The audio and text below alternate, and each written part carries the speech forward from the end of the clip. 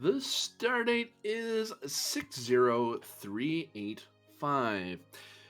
For the last few days, the Achilles has had its engine overhauled. Much talks have been happening on Narendra Station, mainly headed by Captain Athaton, whose ship has now come to dock properly now. It's not as far away anymore. And funny side note, I only just learned. It seems it is the Klingon New Year has come up. Achilles is over, so it is another year, the year of Kalis. So a lot of the Klingons are having grand old times, just in time for the entirety of House of Gita's fleet to be here, or most of it anyway, to be hovering around, docking and undocking and moving troops around. Under the light of various other ships, which I'll describe, which are a Romulan Doderidex Warbird, an Alcaran Advanced Supercruiser, an Aldemona Battle Orb, the Achilles itself, as well as a few other Starfleet vessels. So it is a crowded area. I imagine the Lord Oda of House of Gita has a few questions for his allies, but there are a few questions that they will be asking of him. 2 threat game, just as a heads up. Get right into it, because I took a little long starting. That's my bad. Sorry. Which one? Is this one? No, that's Achilles. This one. Heavens forbid we have discussions. You're not allowed to have those. It's against the rules or something. Even though I initiated, so shut up. Kitty. What?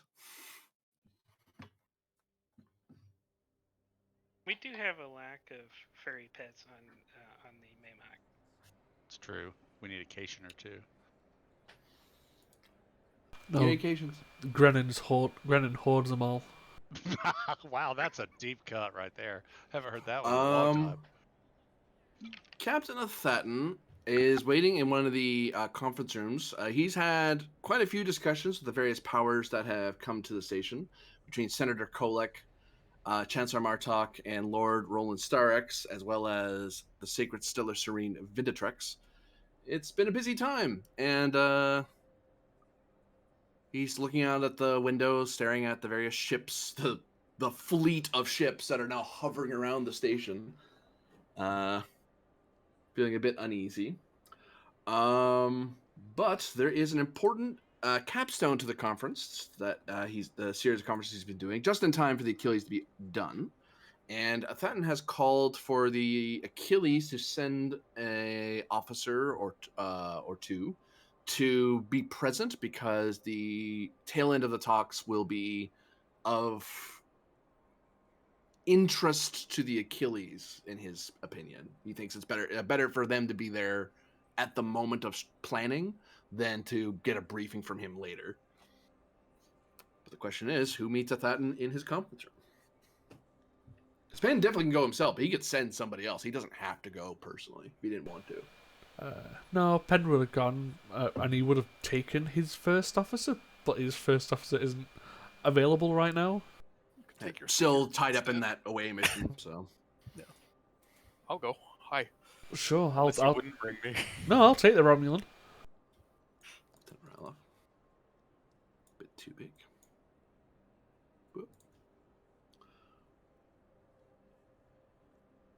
I'll go if the captain asks, but Asa doesn't have any immediate interest in galactic politics. No, I'll put the offer out there. If you wish to come, you can. Sure. Why not? No, sorry, boss. I have calibrations and stuff I need to get to. I wasn't asking you. Get back to work. Get my ship fixed already. Aye, sir. I'll chime on the door. Come in. I'll go in.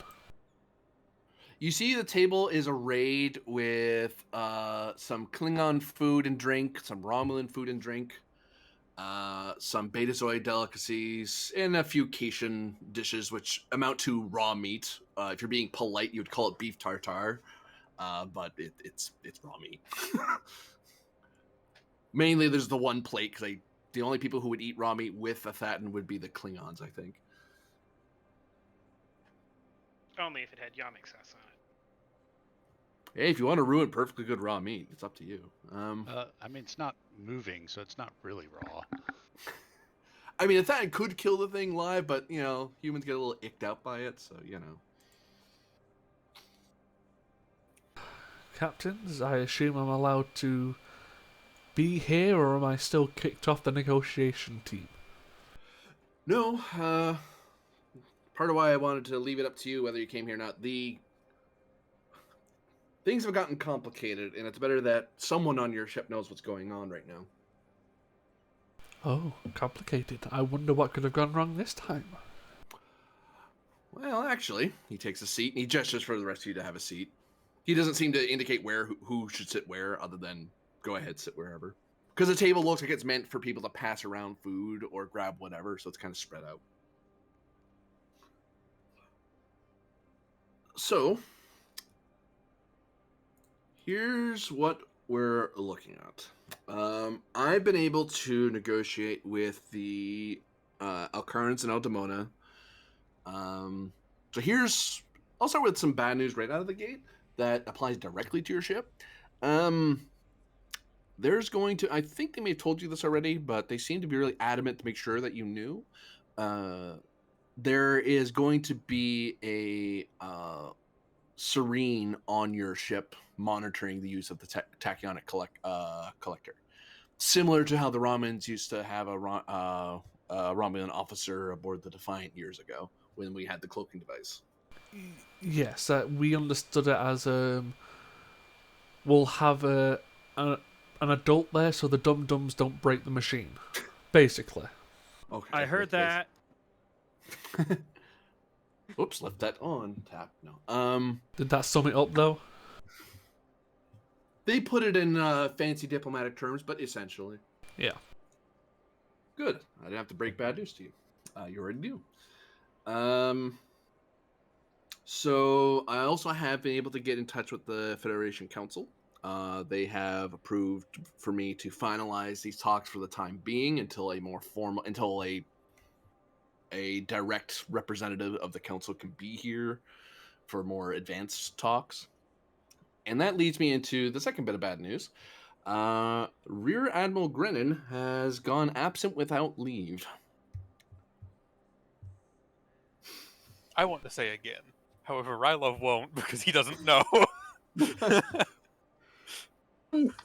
Excuse me, Captain. Starfleet admirals can do that? Just leave without filing a notice?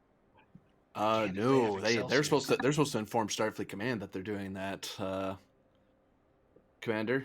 That's kind of part of the problem, and that the big problem right now. There's two big problems. One, he ordered the Leighton to go with him on what amounts to a personal issue in Klingon space, which does two things very bad for us. One, it deprives the station of the Admiral, which has now pinned me down here because I'm the ranking captain, and I can't leave till he gets back or a suitable replacement comes here. And I could leave it to Lesix, but given how important Oringer Station is, it seems inappropriate to leave that in the hands of a commander. As good as an officer as he is, he's maybe asking a bit of him to do that, so I'm going to be sticking around. And two, we're without the Leighton now. And for my best guess, it seems that he is on some romantic rescue mission to save Adler from some transdimensional fate she's bestowed on herself. Oh my God! If he opens up that rift again, I swear to God. I'm gonna kill him. So I'm assuming. I would like to point the. I'm assuming my orders are to go rescue the idiot before he actually does something wrong. No, actually no. It's the bit of good news for once. It seems Varder has some friends within the Midnight Watch who say they can handle it. So for now, I'm going to let them handle it because depending on how these talks go, the Achilles needs to be elsewhere. And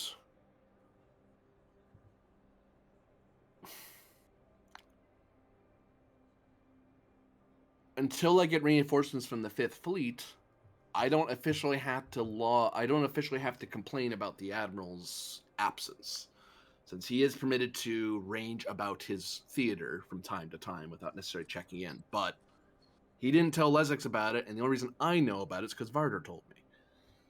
So that was a interesting discussion.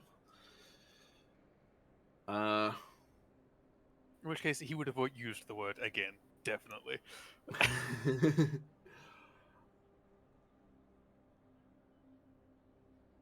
So there's that. As for the Klingons, I have an idea on how to get them on side. I'll go into more details about that here in the talks. The Tripolity is going to be here. The short story is that they need our help to get the Aldemona off their backs, but we need their help to hunt down the Azulonites because we can't. I'll go into more details on that, but that's the short of it. That's largely what we need. So I know that isn't of great comfort to you in your ship, but as it stands, given the amount of ships we have available to us, we have multiple fires going off at the same time. It's sort of like how the Peugeot subsector was like during your time there. Except we somehow have less ships, despite having a larger station. Go figure. I'm still waiting for the good news of Fatten. Well, the good news is that I think we can put out all the fires at the same time. We just need to coordinate with the Klingons, the Romulans, and the Tripolity. Or without an admiral, and we have to figure it out for ourselves. Oh, and your Tachyon Collider's working, I hear, so there's that. And the Alcarans and Aldemona are not mad at you. Captains, if I may, Oh, feel free, Lieutenant. how long do you expect the Romulan state will be able to participate in this plan? Part of this plan, which I'll detail when everyone's here, will involve us helping out the Romulan state. At this point, the Federation Council has recognized that the Romulan Civil War is no longer an internal matter. Outside forces are interfering in the war. And at that point, we're now allowed to intervene, if only to allow your people to settle the question among themselves without outside interference. Similar to how we helped out the Klingons with their civil war years ago. Then I must inform you that I know one of the state officers that is aboard that Diderodix. Officer is perhaps a strong term. For us, it is an officer. The equivalent rank is warrant. Not warrant? Chief petty officer? Something of that like. The ranking Warrant system officer of is some different. variety. Okay. It's a sub-lieutenant. Ah. Well, I trust you. And he looks at Pend and then looks to Rylov. Like he's expecting for Pend to... It's like a look to Pend of is to gauge how he feels about Rylov, which Rylov has a high rep, and you guys have never argued, so but that doesn't linger for terrible long. It's like glance, looks back at Rylov. It is my estimation then that you will be able to conduct your duties despite their presence, and you'll be able to inform us if there's anything of probative use to the Federation. I've looked at your record. I have no reason to distrust your judgment, but you know yourself better than me, so you tell me. It was more a statement that not everything about that vessel is an unknown. And she is presently acting as the Senator's bodyguard.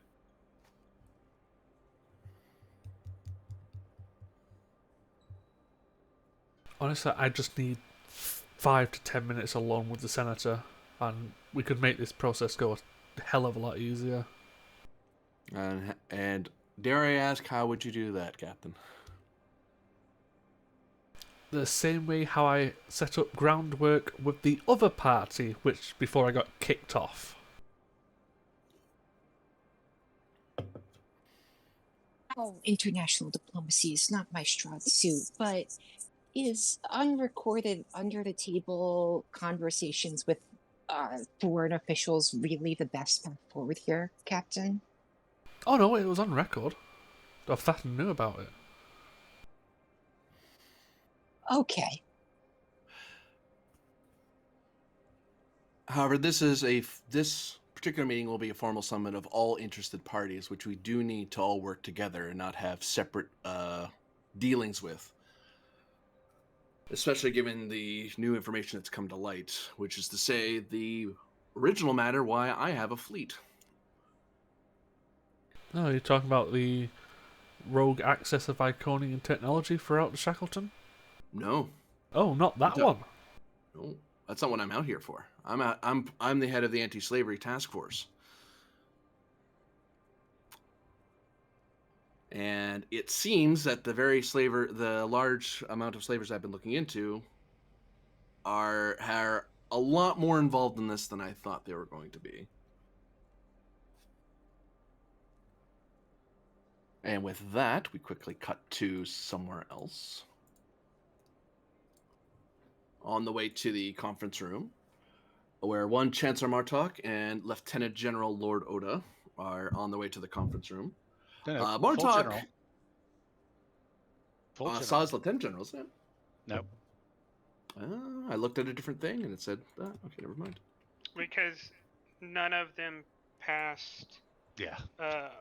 like, maybe Hode are ever actually in canon. Well, we have general, but then in But Enterprise, in the movies they say it in English, right? Right. Right. Yeah. Hold on, I have to change The translations come from from books and stuff. Yeah. Yeah, there we go.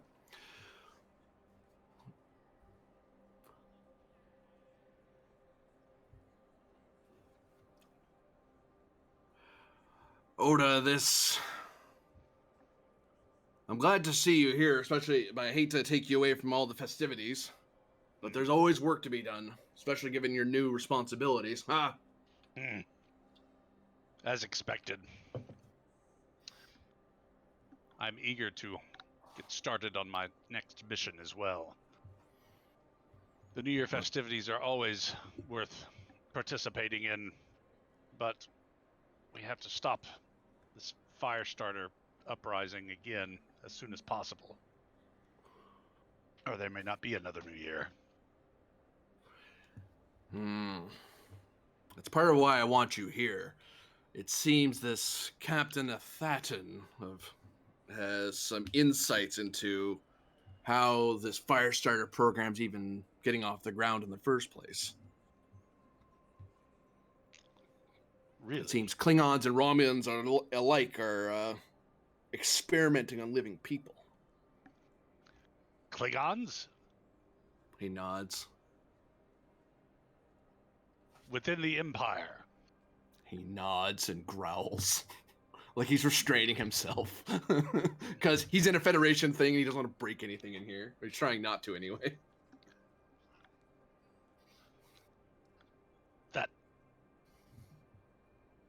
That dishonor is almost too much to believe. If I had not known that in the time of the Calcat, there were those who would sully their souls enough to bend to that level.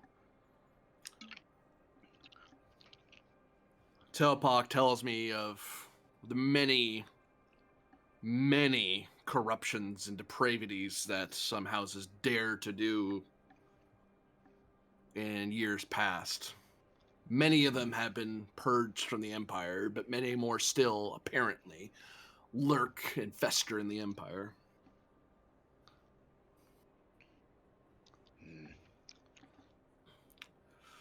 And to get them, we have to work with the Federation, he shrugs, Romulans,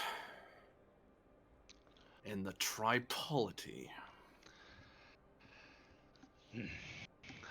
Well, at least we have been able thus far to work with the Tripolity on the level of House Subgita rather than the Empire itself. I have been very careful during our journey with their representative not to in any way allow her the opportunity to think that I'm acting as any more than a lord of a house. I've impressed on Thatton to not speak for the Klingon position. The Federation seems to be preparing itself to open up diplomatic accords in a more formal way. That is not something I, frankly, have the clout to do. Not until the succession war is over. Instead, we need to stand on a militant front, a temporary alliance like the way we would do with any roving band of marauders. How is the news from home?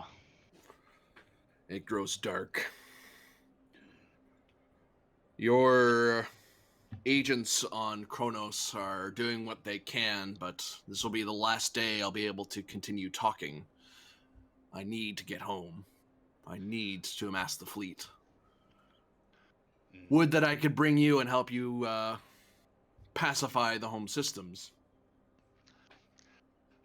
We will take care of the outmarches. That way, at least you won't have to worry about your flank. And what of these Alcarans and Aldemonans I see orbiting the station? It seems the Federation has bent knee to them and has surrendered themselves to their laws. They are now recognized as a lesser power, and in exchange for being overlorded by them, they get an advance in technology. Would that they would remember the lessons of the Herc. Indeed. And the entire Federation has agreed to this? Not from what I can tell. He shakes his head.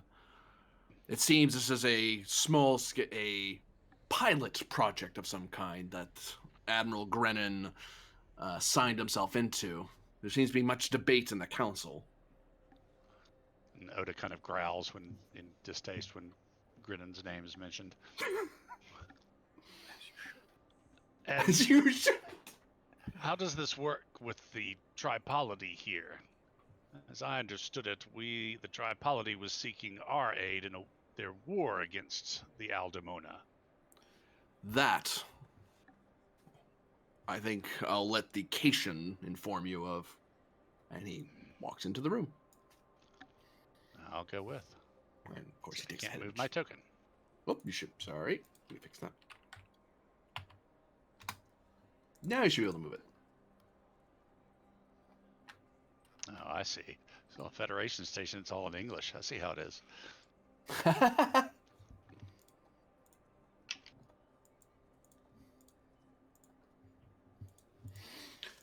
And then we cut to another part of the station. Although this is more of a standby room while there's still some discussion going on between one Chancellor Altera and one Lord Roland Starrix.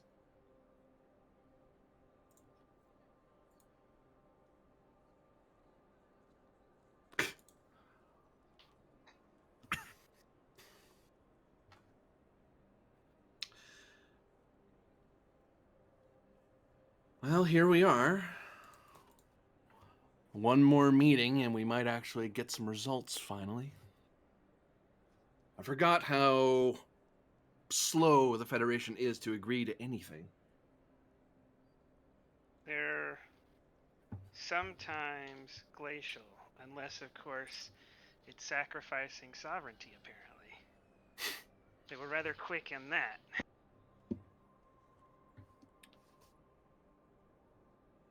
Well, their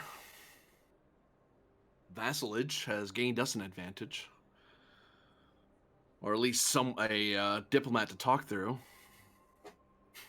Potentially. Unless, of course, negotiations are short, then our war continues and adds the Federation as the vassals of one of our enemies.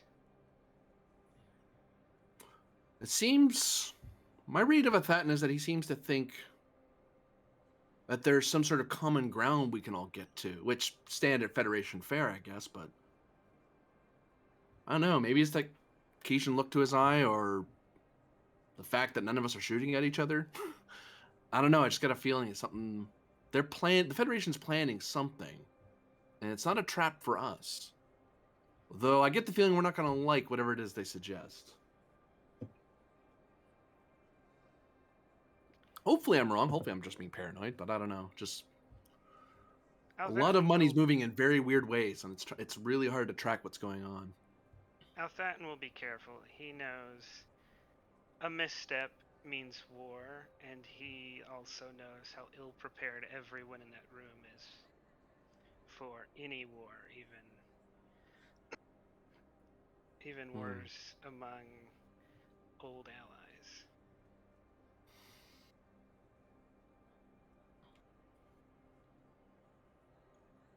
Oh, an update on the Klingon frontier. It seems I've heard from some friends of mine, mostly traders.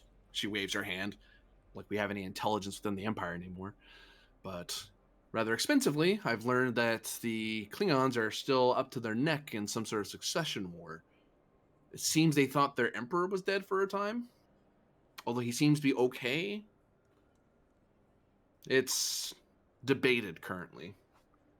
No open big battles or anything like that, but enough that a lot of Klingons are buying up extra duranium and dilithium deposits. Is there a substantial opposition? There seems Perhaps to be there's two sides to it. There's traditionalists and progressives, to reduct a bit. People who like what Martok was doing, and people who want to go back to the glory days of the Klingon Federation War. Damn fools, a lot of them, as if they haven't learned anything from the Dominion War. I assume Martok supports the Emperor, so only in the Klingon Empire could progressive be co-important to Imperial.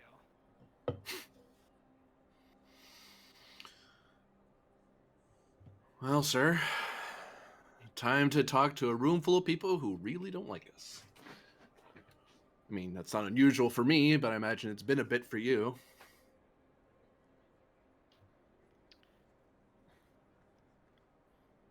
Let us not agree to anything unless it is substantially beneficial to us. Mm-hmm. Even in our current position, we are a grave threat to Martok. And until he relents on his war with the Romulans, I would rather maintain that threat. Very good, sir. Shall we? I will go first.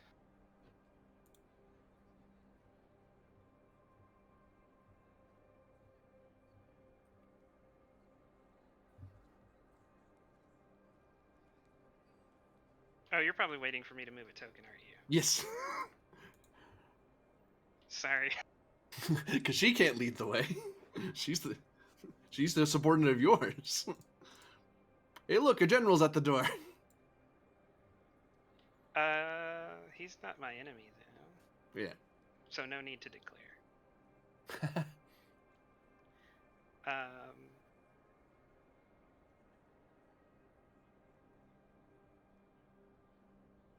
You don't have to be an enemy to declare. For the rep bonus, you do.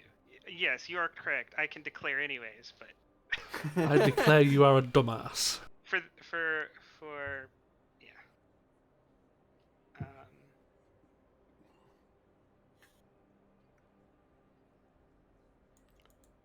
General or Chancellor? Martar just kind of grunts when Altera says hi, greets him. like barely acknowledging she exists. She's like, okay, reading that. Chancellor Altera. I'm figuring Oda's on a little bit better terms with her than Martok would be. Yeah. We are fortunate that you could meet us, Chancellor. We look forward to a bright future in an agreement between the Tripolity and the Klingon Empire. Can Martok just kill him? I just realized that Oda sat down next to a Romulan as well. Hey, GM, just because I specifically have insightful guidance, can I look over at is it Senator or Chancellor? Yeah, Chancellor Altera, who decided to sit next to me, and Yep. just sort of wave and make small talk and see if I can assess where she's like at psychologically or psychiatrically. See if that can come in handy. You certainly can. I forget how the site with guidance works. Give me one Lieutenant, moment. give me the yamak sauce. Whenever you assist a character who's in a social conflict, your knowledge of psychology or emotional states of that character is considered to have an advantage in addition to the normal benefits provided by U.S.S. Oh, So okay, cool. I was just saying that. So first, I assume I'd have to analyze not even just her, but the other people in this room in general. You can give me an insight roll for sure. It would be insight medicine if you want to know like what their mental health state is like, but if you want to get a read in a less medical sense, but in a emotional sense or body language sense, you could Mhm. look into command to see how everyone's gauging each other, or security if you're trying to see who's getting ready to punch each other or draw something under the table. But medicine will tell you straight up, is anyone scared? Is anyone Yeah. anxious or anything like that? All right, I will go for command because I want general, like emotional states and a focus in psychiatry or empathy. Empathy. All right. We have no momentum, so I'll give you three threat. Oh wait, you never said difficulty. Difficulty of, I'm gonna call this 2 just because of the array of species you're dealing with and civilizations. All right, don't take that 3 threat.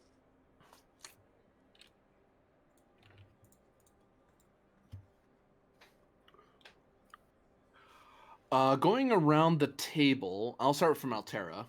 Altera is wary, but hopeful. Very much, she gives off the air of less the air of a diplomat or an ambassador, but more the air of a traveling merchant, who's weighing out the numbers and how the profits and losses and trying to see the best gain with the minimal amount of loss, sort of thing. It's a weird gauging act. Mhm. But it doesn't have the same level of avarice that you might see in you can tell that she's a Federation citizen who's used to having plenty. So it's less an avarice thing and more of a that's the lens through which she measures the world around her, is through mercantilism, which is a weird thing, but hey. How is Starex in general feeling or appearing? A better way to put it, because you can't psychically see into your head. She's just seeing how you're sitting, how you're acting at the table. Yeah, Starix's attention is mostly on Martok and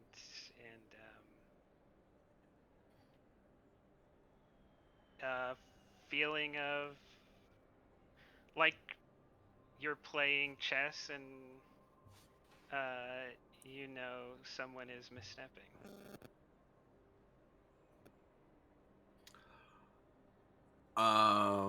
Martok looks like he's in a hurry. Like he want whatever it is that he is going to happen. He wants it done now. But there is a tempered measure of restraint behind that. Like there's a youthful fiery blood in him that he just like go. I want to go.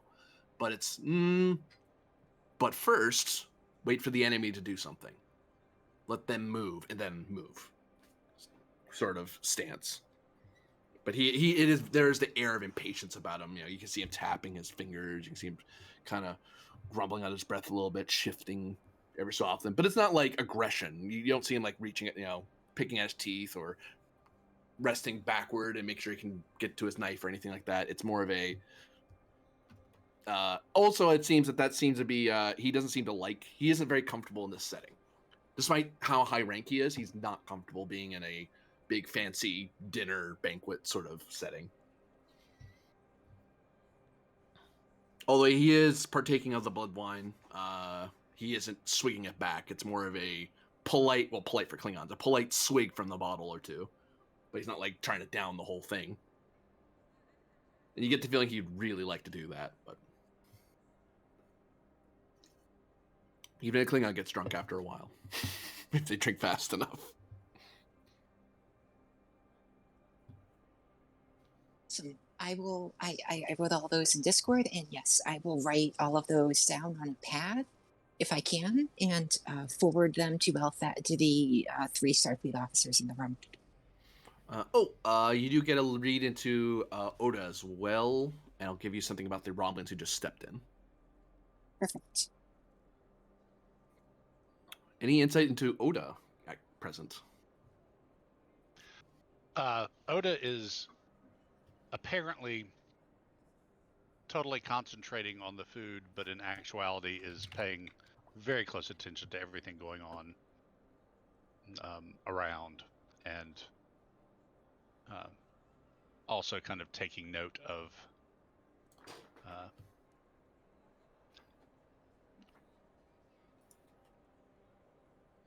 the other participants' states of, interest and body, and I'll even take I'll give you a threat for ESP just to kind of get a sense of what.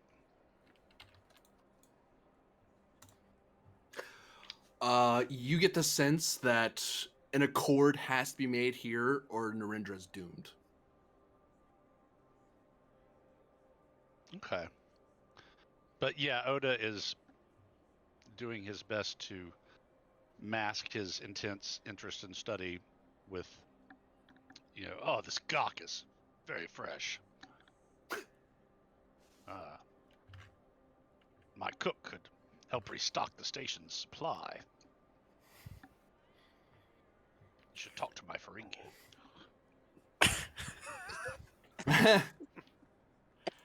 I would also give you a threat for ESP, but focused more towards Althat and the Federation in general.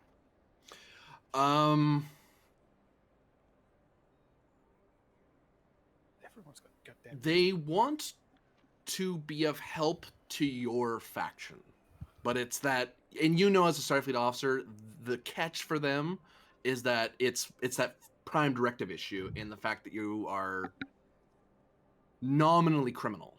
You know what I mean? Like, you are a mutinous group, but at the same time, it's like, yeah, but if we have our choice between the Nazi raiders and the just authoritarian marauders, I'd rather just the authoritarian ones, Like, between the two, we like one more than the other, and you're the one they like more.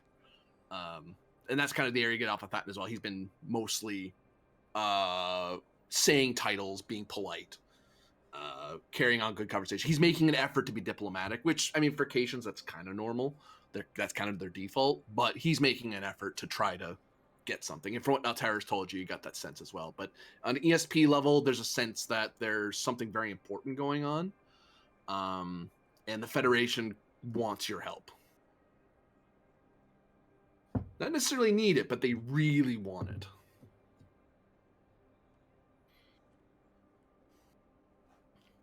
Actually, I'll addend that. Most of the Federation wants your help. There's another element that doesn't. Well, yeah. Some old prejudice there. There's a bit of flying duranium and, marked Kismet in a sector of space that's a permanent blocker to that. The only insight I can give you to Tal Aura is that she's a bodyguard, and she's very much on mission.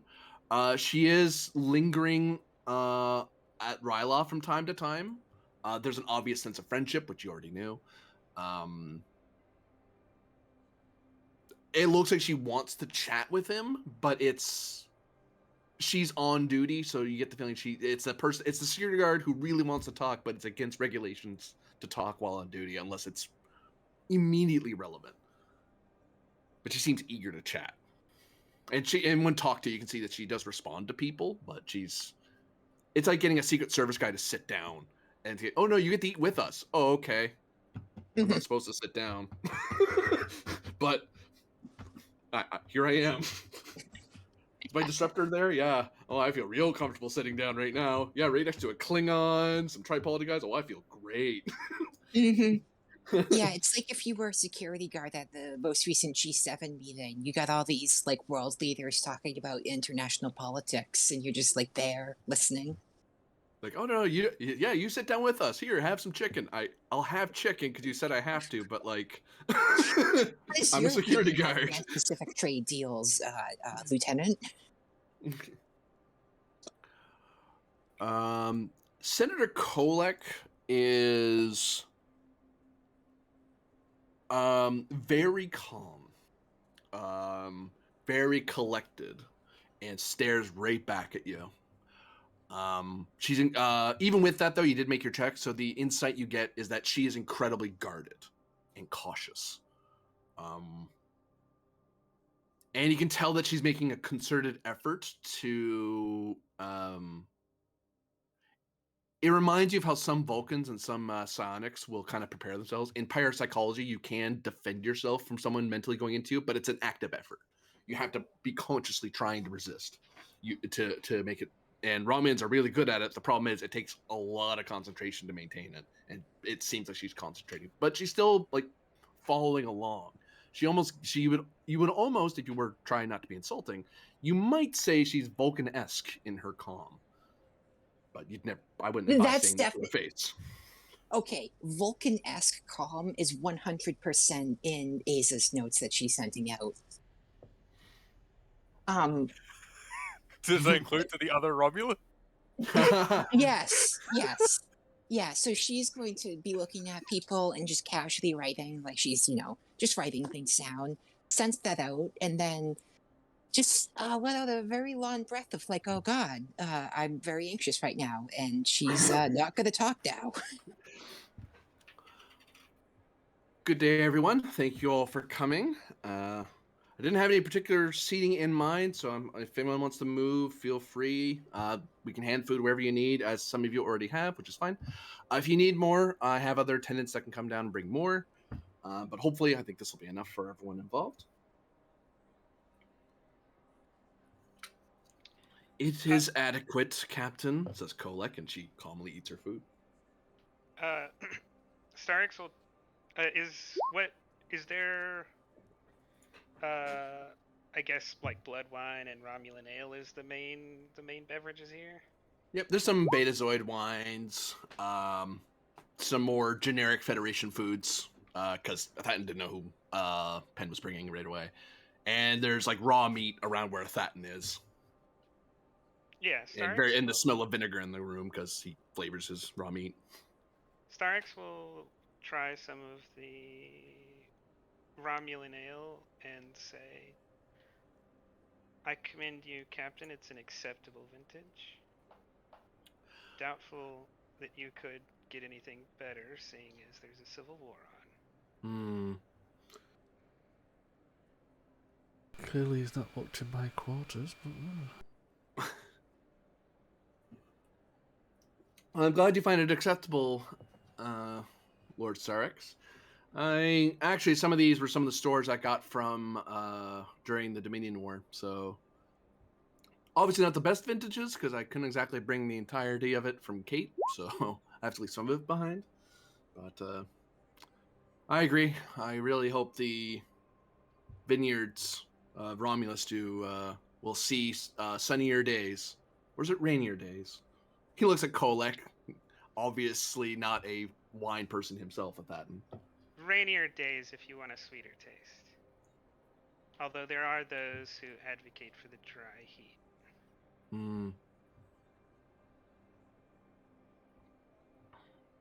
Dry, says Martok.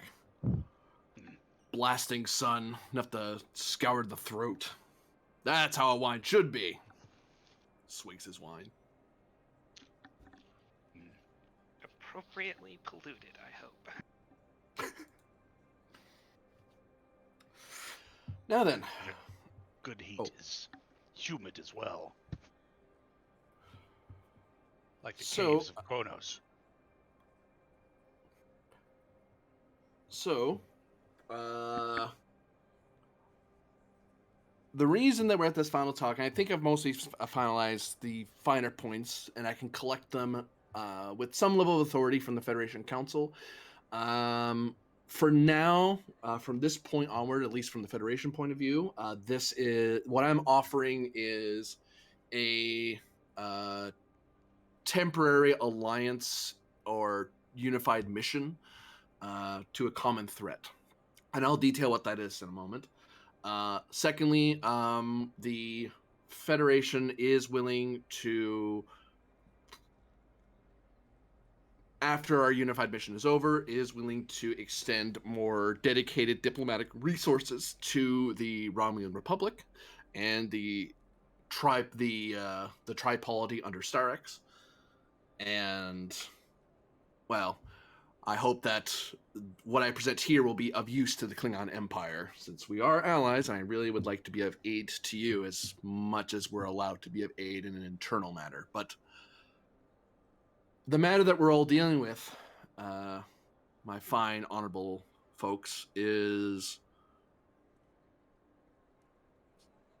ultimately on two fronts. One, as Captain Penton can attest, there is Iconian technology lurking within the Shackleton Expanse, and there are various powers and factions that wish to gain the resources within it. At present, the Federation has aligned itself more strongly with the Alcarans and Aldemona to ensure that these repositories of technology and knowledge are protected from those who would abuse that technology. The people in question that went to do that are the Romulan Imperials and the Azalonite tripolity. It would seem that, as well as some of the more traditionalists within the Klingon Empire, all of them see the balance of power shifting in their direction if they were but to understand what the Iconians hide out here. But to do that requires a few things. One, either direct knowledge or communication with the Alcarans and Aldemona and their willingness to trade technology, as the Federation now has, or to spend many years of study, as we all have, all of our civilizations have, ever since we heard of the Iconians many decades ago. It has been a concerted study. People can spend their entire lives trying to understand a single piece of technology and to try and improve on it. Or, to speed the process, one jumps some of the steps in the testing method and begins experimenting on living persons. Cannon fodder of science, as it were. To that end, that's where my particular expertise comes in. My expertise, for those of you who don't know, I am the leader of a anti-slavery task force, and I've been doing so for the last few years. Until recently, I wasn't aware that my mission was involved with, he gestures to the table, your mission. Since I knew, I had learned that certain members within the Romulan Empire, within the Klingon Empire, and sadly within the Federation, have been dealing in the slave trade ever since the Cowkid incident, and it increased. But the mysterious part was that in the last 2 years, it surged, but we didn't know who they were selling to or to what end. Usually, such things would imply more farming, more mining, an increase in death sports across the galaxy, that sort of thing. But everyone was just disappearing to somewhere. And I figured out, with the help of intelligence both from our allies within the House of Gitta and various other resources within the Alcaran Altamona intelligence structure, that certain Klingons, certain Romulans have been, and certain members of the old Tripolity have been buying and using people to try to unlock the vaults or understand the technology that is out there. So, my proposition is that I think this kind of, us dispersing this will be of aid to everyone involved. Specifically, if we're able to weaken the Imperials, that means the Republic can surge forth and hopefully win back the war that you've been suffering. And at this point, the Federation doesn't mind interfering in this affair now, because we know that your war is being interfered with from outside forces. The Azlanite Tripolity has been trading with your Imperial allies and trying to trade technology and resources, as well as some of their technology that they've already discovered, pilfering from what Star X's faction has been working on for the past few years. So I imagine the Tripolity is none too pleased with, one, the interference with your Romulan allies, as well as the stealing of your technology. As for the Klingon Empire, I know that you've already been looking into the resurgence of Firestarter technology.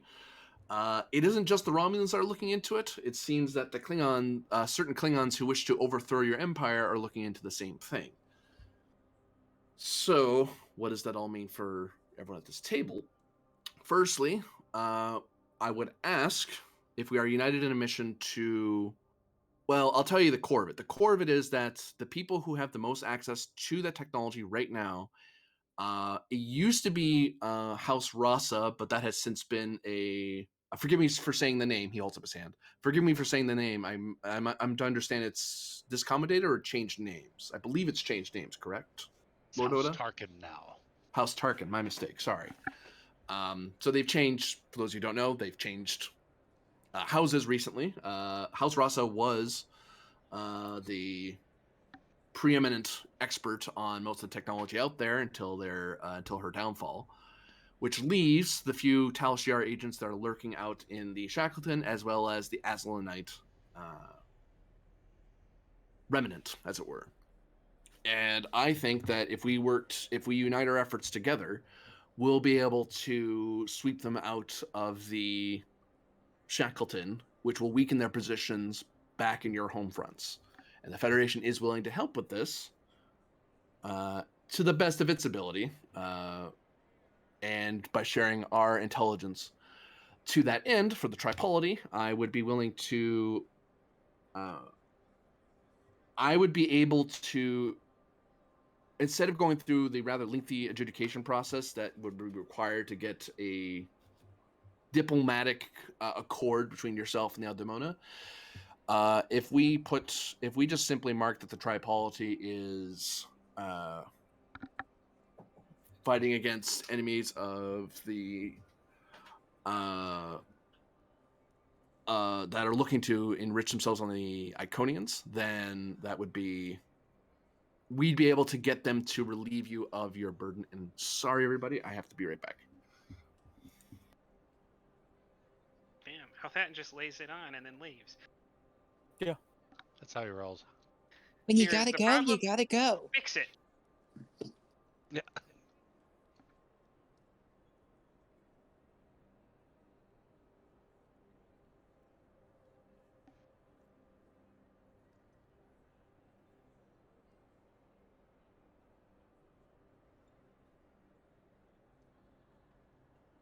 You know, I would say discovering all of these sauces is definitely not good for Oda's heart, but, you know, Right. he doesn't have one.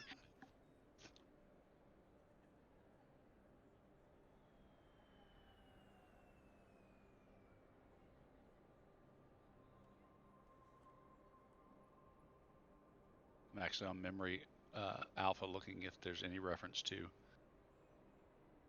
hot sauces. I think all we have is like Tripp's chili sauce from... No, it's actually Wesley Crusher who's too wussy to handle the chili sauce. Mm-hmm.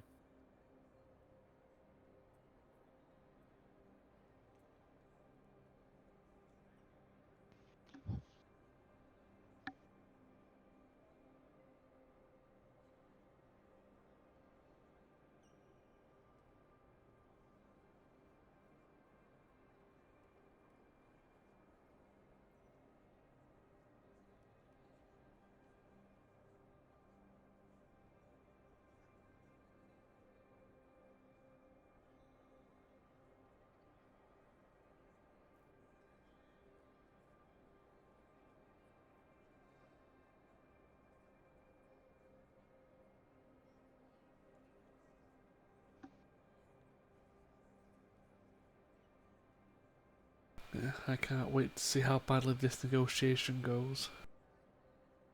It can only end in the worst it can happen is open warfare, right? Right. So, you know.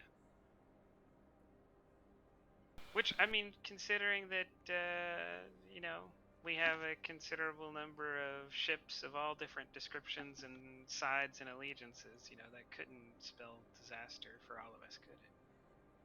Lieutenant Commander, pass the Hasperat.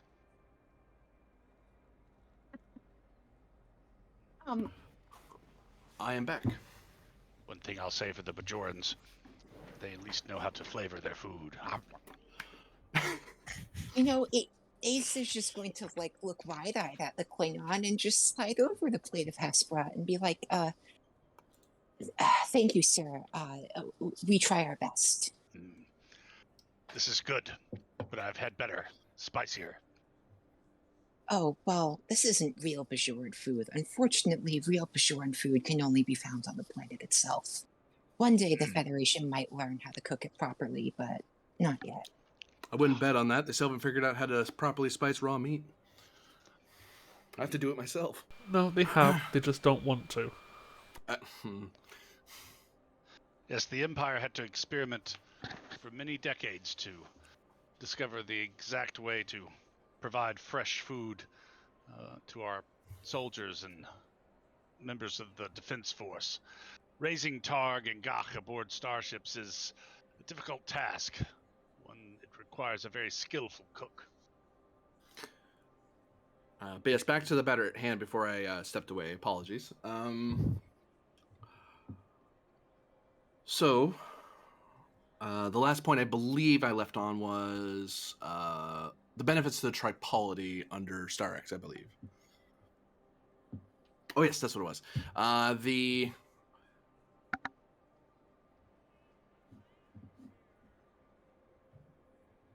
With your help, what we need from your faction, Lord Starix, is the location of the Aslanite bases, so that we can launch a coordinated strike against them. I know once you're pulled away from your frontier, they will likely get desperate and try to speed their efforts if they're not already doing so, along with Tal Shiar help, since even though the Imperials are doing well in the war, I believe it is a Romulan axiom that one doesn't do anything in half measures. One absolutely wins, or one doesn't win at all. So I imagine that we have two forces that really wish to hurry things along. Now, if you wish to go through other means, I'm happy to arrange for arbitration through one of the other lesser powers within the Alcarn Aldemona galactic law system. But this is how we can find an accord that I believe will make. I know that Senator Kolek and yourself already have some connection between each other, but for me to pacify those back in the home systems, as well as he looks cautiously at Martok Noda, as well as our Klingon allies, there needs to be a certain level of give and take for everyone involved. And what are the Aldemona and Alcarans giving and taking? Will their migratory fleet change its course? The migratory fleet, once it removes itself from its entanglement with the Sarexes and the Aslanite forces, will focus their attacks on the Aslanites who are already in violation of galactic law. And the Federation is assisting them with that matter. If it is communicated that Starex and his forces wish to are not in any way of assistance to them from a trusted source, he gestures to himself, then they will rapidly pull away from your forces and begin smashing into their bases on that end. It is an interesting framework, but it needs a few modifications. The first of which, and most importantly, for any agreement like this to take place, we need assurances from the Alcarans that if the Aldemona regain hostilities before permanent negotiations take place, the Alcarans will use force to restrain the Aldemona. Without such a guarantee, my fleet cannot move. That is something I can comfortably guarantee you. I hate to use the word guarantee, but Alcarans and Aldemona are very legalistic. Within the correct framework, certain things are ironclad, as much as breathing is to any of us.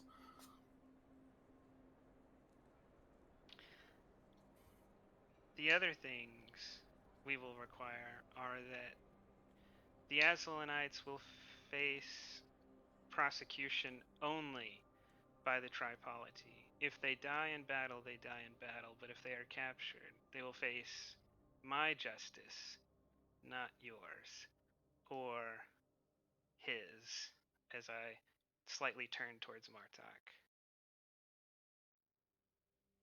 If we find them on the battlefield, they will die at our feet. If they wish to dishonor themselves and surrender, then I can let them suffer that long ride to their destruction. However, it is a foundational point of intergalactic law that if these criminals are discovered and taken in the space of certain polities, that they must then be judged and tried under the laws of those polities. Whereas I lay claim to the majority of the Shackleton and you do not, that would satisfy me. If they are found in your space, then you may judge them. But if they are found in mine, I will judge them. The intention here, Chancellor and General, is that should the Tripolity be of assistance, which I believe they can be in our fight, then they can regain the worlds that they've laid claim to. Now, if there's any new worlds the Aslanites have expanded to, then that's their problem. And I would imagine, Starex, you'd understand if the Klingons feel a need to, I would say liberate, but I don't want to insult anyone with anyone's intelligence. Conquer worlds that need Klingon guidance outside of the agreed upon worlds. Hence, why we need to know which worlds are yours, which ones are just Aslanite conquests. We need to know what your claims even are. I will have Starex distribute a pad with the official claims, and it will probably be originating from our base into the Shackleton, probably about Actually, funny enough, I actually have a map for this. Boop, boop, boop. Boop. Boop. Boop. oh, that's what the little symbol was. These are blue as us, red as them, or Yep. that kind of lines up with what I was gonna say then. So we claim probably about 65 to 75% of the Shackleton. So as long as you are conquering a system that is no more than 5 hexes from a Federation border, you're fine, but any more than 5 and you're encroaching. Well, I mean, these. Oh, those are pink. Okay, the red ones are hazelinite, right? Yeah.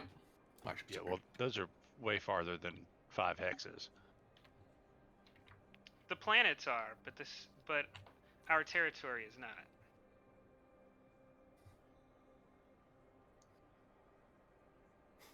I don't know if this is sector level. These are These are like entire star systems for each of these hexes. Yeah, Starks is doing what imperialists do. He is, he is asserting dominion, and it is on you to defy that. Well, the thing I would suggest to you, Lord Starrix, is that as ambitious as your claim is, and whether or not we respect it, I imagine there's various other polities within those between the space of your stars that do not necessarily recognize the tripolity emblem, let alone your claim.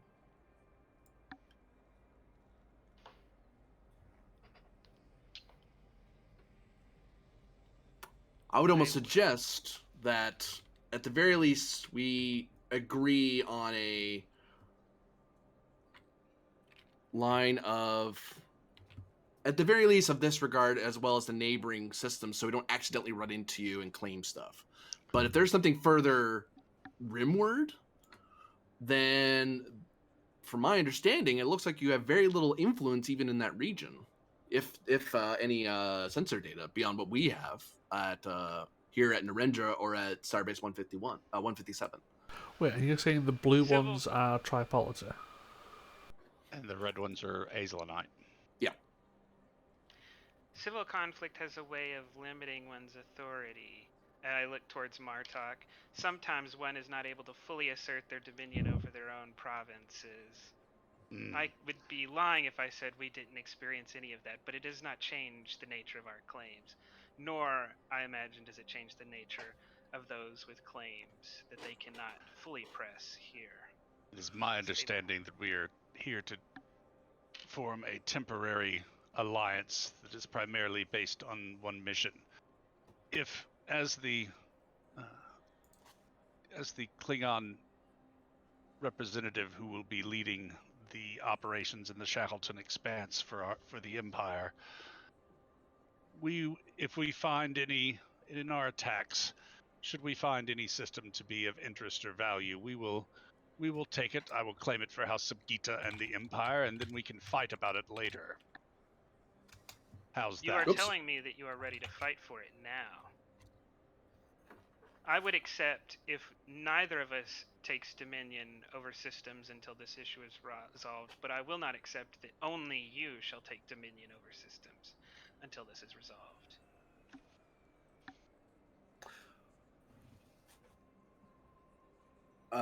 That nods at Pend as he's getting kicked.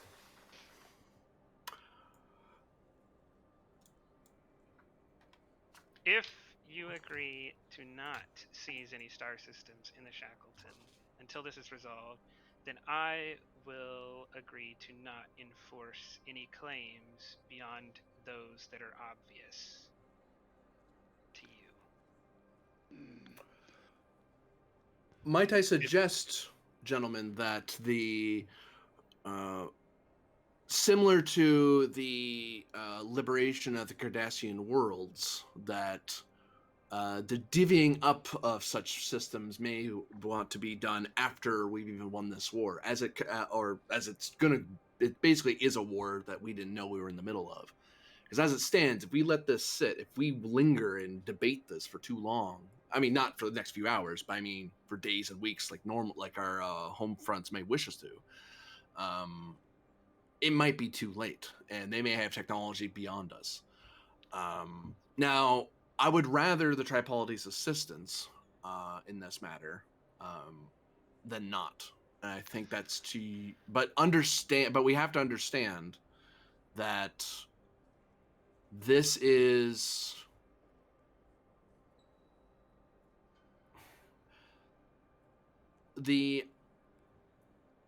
I will say to you, Starix, that some of the systems that you have laid claim to have Iconian vaults within them. If you wish to stay on amicable terms with the Alcarans and the Aldemona, you would need to stay clear of those forbidden areas. Otherwise, they will interfere, whether or not the Federation tells them. This is compliant with the offer that I have extended to the Klingons. I'm not willing to take- accept your offer on the condition that you provide us with technical data that will allow us to deal with the metaphasic, the phase cloaks and holographic crew technology that the Aeslanites have been using to such great effect. I cannot, because then after this war, you would use it against me. Yeah, we can already do that. We already have direct scans of this technology in operation. Your providing of technical details will merely speed up our research. Your technology is already discovered, Star X.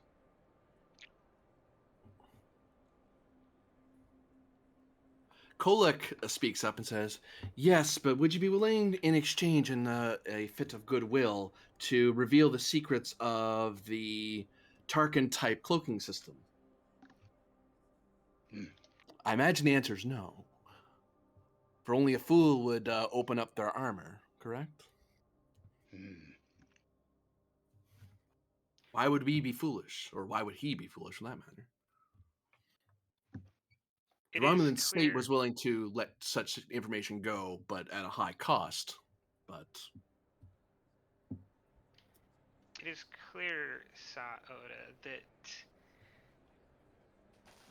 there will need to be a conference, probably with incredible effort on the part of the Federation to prevent a war between the Tripolity and the Klingon Empire once this issue is resolved. So I cannot give away any military secrets, but I will refrain from taking dominion over non-Aslanite systems if you will refrain from taking over systems in the Shackleton until this is resolved. Until the Firestarter situation is resolved. Very well. However, I do not make the same promise for Aeslanite ships. If we capture a vessel, we capture a vessel. I have added many Klingon warships to my own collection. I do not have a problem with you adding a few of mine to yours.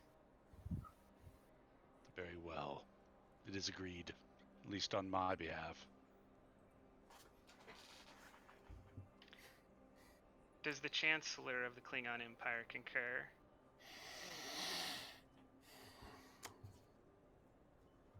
as far as the Shackleton is concerned,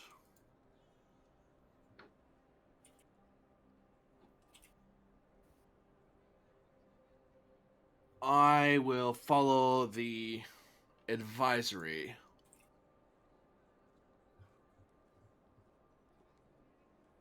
of my Wodak Diktak. And I'll note, Oda, that's probably the first time he's openly declared you outside of the Empire. That's probably already news within the Empire, but that's not something he's communicated outside. And the translator just kind of trips over it, going, "Huh?" That's not a common term, so it's like proper noun. Even Senator Kolek kind of furrows her brow, like, I don't know what that means. Starix looks pleased at that news because his only line of political influence is through Oda. So.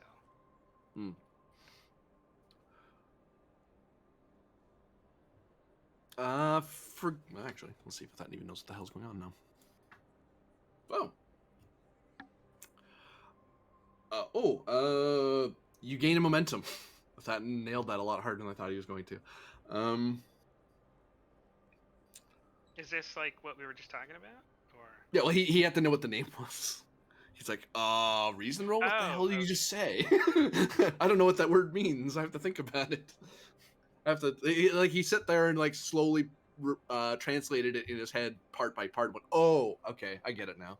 I'm sure Odo would like to show you his giant gold neck chain that says what it is. It's true. Bling. Yeah, No, the bling of office. Congratulations, General. Or should I be calling you by your higher title? I'm not familiar. I'm not particularly familiar with the that particular part of Klingon diplomacy. General will do.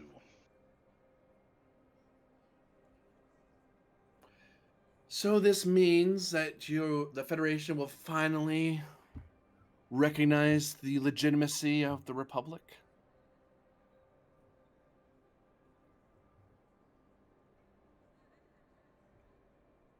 Our goal currently, Senator, is to give you the chance to decide your own destiny without someone from the outside interfering. And right now, the Azonites see fit to disrupt that balance, so we're just going to disrupt it right back. That didn't quite answer my question, Cation. You're very correct, Senator. Perhaps, Captain, an agreement by all parties here to prevent undue influence in their internal struggle and to not contribute to any interference within their internal struggle. Wouldn't that involve yourself, Lord Sarex? My understanding there's some resources through your Chancellor that have been going into the Republic. Not quite the massive fleet, but... If everyone here agrees and upholds to non-interference and actively prevents future interference by the Alcarans, Aldemona, the Aslanites, Section 31, and anyone else who wishes to intervene, then Again, you are attempting to turn a temporary alliance into a much larger negotiation. That is what he does. I have been clear from the outset that any cooperation long term on my part requires an end to the liberation raids. Althatan was already moving in that direction by suggesting the Federation get involved to limit outside influence. I merely seek to make it formal. General, we need to step out of their fight. This is their war to figure out.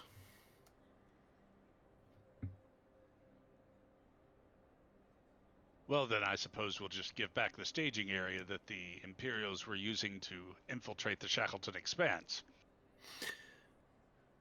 I would not make that a condition. Ah, I see. So non-interference when it is convenient. Not interference when it gets you to agree. Alliance de facto, as things are, rather than what we wish it to be. Althatan shrugs at Oda, like... I cannot speak for the Senator, but I would agree if you would stop the liberation raids so far as you have already made them and hold those provinces in the name of the Republic until the end of the war. I ask that you cease seizing further planets. I can speak for the Senate that should the Klingon Empire recognize, or at least allow us to guide the Romulan people to the righteous path, that the Senate will look on the Klingon Empire favorably in future negotiations. Victory is what's required in the days to come. And if you are willing to help us with that, By non-interference, I suppose. Glares at a That and he just grins toothily. Then we can see about repairing old grudges. The Republic does not require nor seeks a prolonged conflict with the Klingon Empire, and I imagine your empire doesn't seek one with us.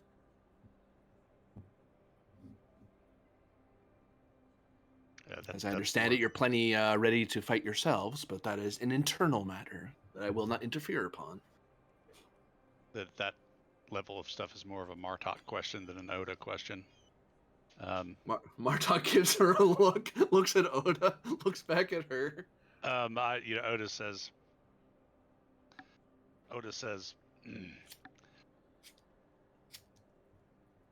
standing neutral always benefits the stronger side over the weaker. It is dishonorable. If one should pick a side, one should pick a side.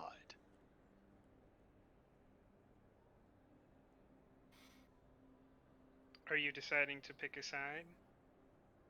I'm talking to Martok with that. Martok kind of ponders it. Your federation may want to stay of interference, but if there's war to be had, then let it be glorious. Senator, if you want a war, then we'll have a war. If you want help fighting a war, then there are plenty of Klingons who would relish it. Athan looks a little worried, like, oh, shoot. Like, this is like, kind of. But Penn sitting next to me, you can kind of tell he's like, I kind of thought, it's one of those, he thought this was going to happen. He was just really hoping it wasn't going to. I'll just lean over and whisper to him. Maybe we should call a brief pause.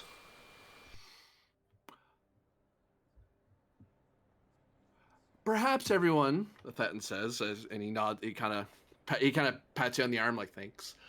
Perhaps everyone. These are all for now. I think we have the foundations, and more details such as that are matters taken away from this particular council. But I can say, at the very least, the Federation. I've told you the Federation's position. I think all of you have suggested your positions. And I think we are at least in agreement that the Azlonites must fall and the Iconian vaults must be protected. Further details we can hammer out in the particulars, as we all do. Very well, but there is one further requirement I have of the Tripolity. Perhaps, Sho Oda, you and me can retire to hash out the details. I am sure your requirement is not stringent enough to break this temporary alliance, and I wish to begin speaking on matters of military necessity. I would invite the Chancellor, but I do not think he is prepared to attend. You have sharp eyes, Starex, says Martok. He empties a bottle. I look back at him and I say, you may not be prepared to address me, but if you decide to, it is Lord Starex, sovereign of the three fleets, not Starex. And he strides out of the room. Interesting. Among Klingons, one's name is usually enough. Sometimes we mention our fathers.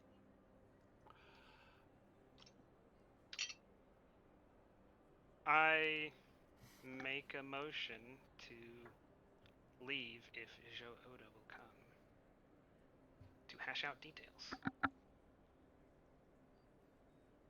Altara steps up and stands at her chair. And as the two of them talk, she nods politely and says some niceties to everyone else at the table. Kind of almost like she's playing interference a bit, but it's kind of like she's used to doing that. But I've had and most of the Starfleet people, I guess, are seeing through it because, well, it's an open room. That's kind of the purpose of a conference. But she does it anyway. Well, if nothing else, it was very nice to meet all of you. A pleasure to meet you as well, Counselor. I look forward to getting the chance to read some of your insights on Shackleton species. One day, those reports will be ready.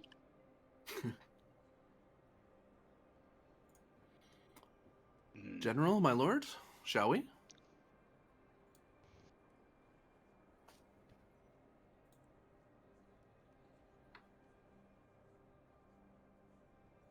Yes. Counselor, I look forward to an opportunity to sample true Hasperat once again. Perhaps if we are on Bejor at the same star date, you will be good enough to take me to the best places. Yes, one day, Lord.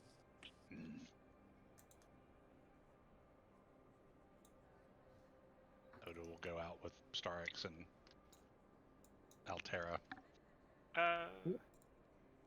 Boop. Before we leave, I will try to discern through telepathy if Oda feels that by me and Altera being there, he is outnumbered, or if it does not occur, if it does not matter to him. That's what I expected. But Athan sits back in his chair and just stretches his paws out and then just slumps. You're a dumbass. Completely outnumbered. Klingon. You're a dumbass, sir. I outrank you technically. What is your complaint, Pend? You knew exactly this was going to happen. I knew we needed to win this war, not dilly-dally and posture in dark corridors like you would suggest. No. 2 meetings. One with the 2 Romulans. meetings in secret in hallways. I already have a complaint from Chancellor Martok. This meeting gets us what we need and gets us peace today. Yeah, we Everyone could can have done the agree on it. same. No one can accuse us of playing sides. Yeah, all I needed time was just to talk with the Romulan senator, and we would have had this sorted. But no. And tell her what? Tell her to abandon her ally Starx, who has senators within the Republic? How do you think that would have gone? I wouldn't have told her to abandon him. That's so just he you would assuming. mystically just mystically forget all the claims that he has in the Shackleton. No, I would have gotten her to focus on the specific agreement with the Klingons. Once that's done, then we could have focused on the Azlonites and the Iconian issue. Be that as it may, Captain, I am the senior officer here. This is the plan we're going with. And if it wasn't for your fool admiral abandoning his post, maybe we'd have a more experienced diplomat here who is able to handle this. For now, this is the problem that we have. This is how we're solving it. Oh, you know where I stand on it? Unless you actually want my help, I've got other things I can do, Captain. I have orders for you, Captain. Well, by all means. I will send them to your ship and you may read them at your leisure. I think at the moment we're both a little heated and we need to calm down. Or at least I do anyway. Good day, Captain. Counselor, Lieutenant.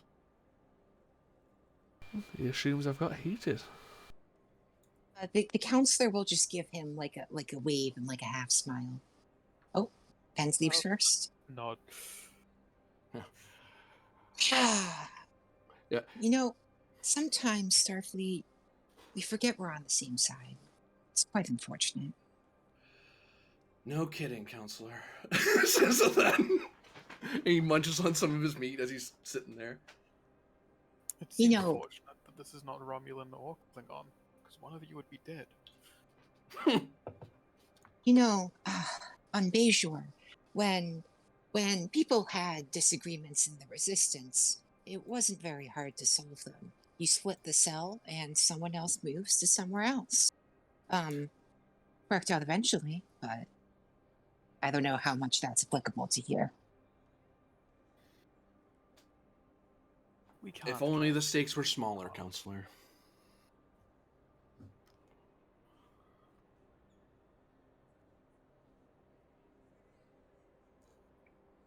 I shall. I shall write a report on the emotional states of the people here, if you so request it, Captain. Please do. I need some intelligence here. Awesome. Would there happen to be video recording of this meeting? He taps at his console, and then you see a pad next to you fill up with the data. Official minutes. Thank you, Captain. You'll have that by the end of today. Thank you, Counselor.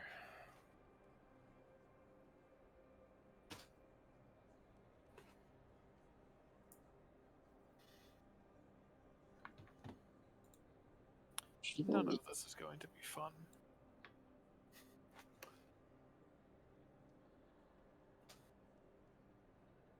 Lieutenant, Yes, Captain. what was your read on on the senator? She seemed very.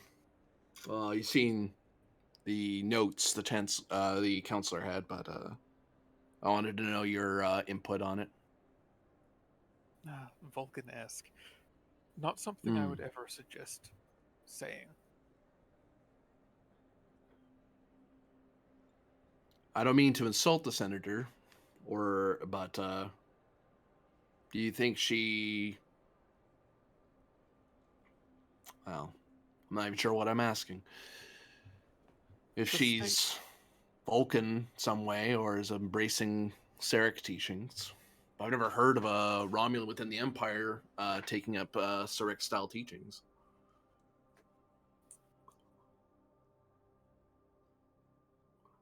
There was rumor that that might be happening at the time I left.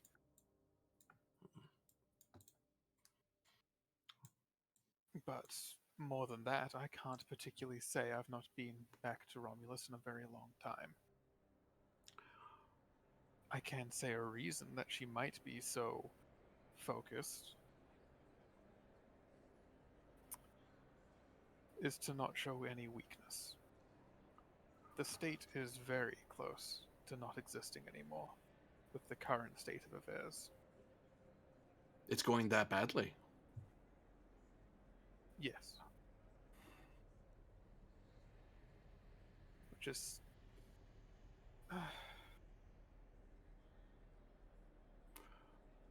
He's just going to set a pad on the corner and not really say. Just. There's not terribly much that can be said about it. No. Not while wearing uniform, anyway. Unofficially, Lieutenant, I would very much like to get stuck in and help the Republic. I really would. But I do not have that authority. Even if I think it's a good idea.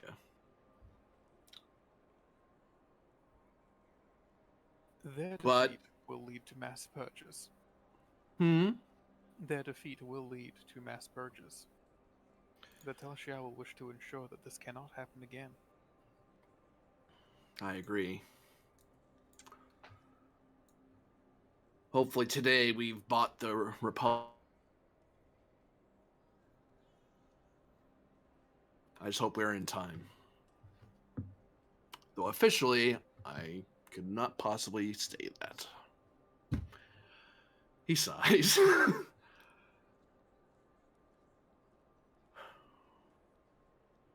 Good day, Lieutenant. Good day, Captain. And he'll make a little vague gesture to that pad he set down before he leaves.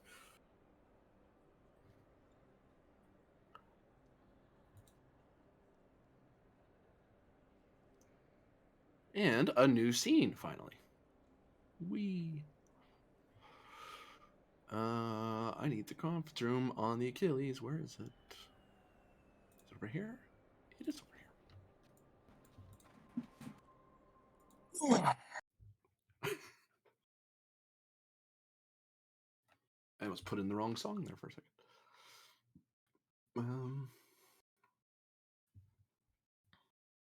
Nope, not that one.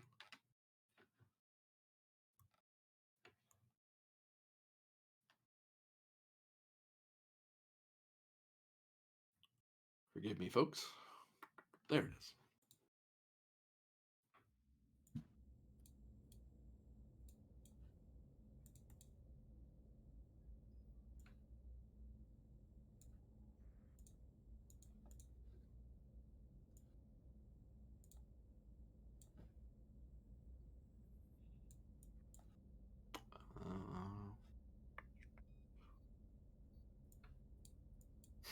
Poor Ensign Ben. Oops, I have to take that A off. Sorry about that. Boop. Let me fix that. It's alright. He hasn't even done it himself in Discord. Remove, yes. Select, yes. Save. Do I have everyone who's from this ship? Yes. How do I sound? Fine. Fine. I just have to... Juvenile. Hey! Yep. Watch it. I'm kidding. I'm kidding. You sound good. New microphone. No, more like I had to completely disassemble my audio setup and then put it back together again. You're getting cut off in the mids. If I'm being completely honest, but you're still readable. Okay. How about now? Better. That's better. Yep.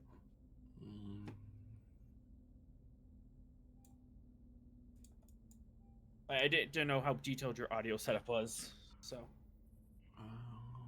Oh, we have a medical representative. We have a science representative. Security. All departments are It's represented. fairly detailed. It's not detailed right now.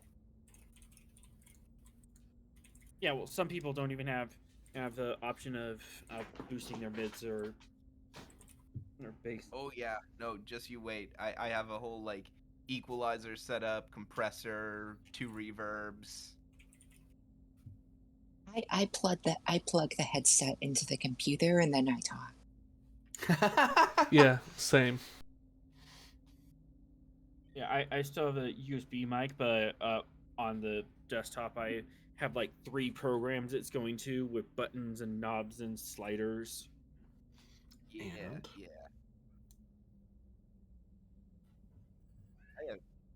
I have actual like rack gear.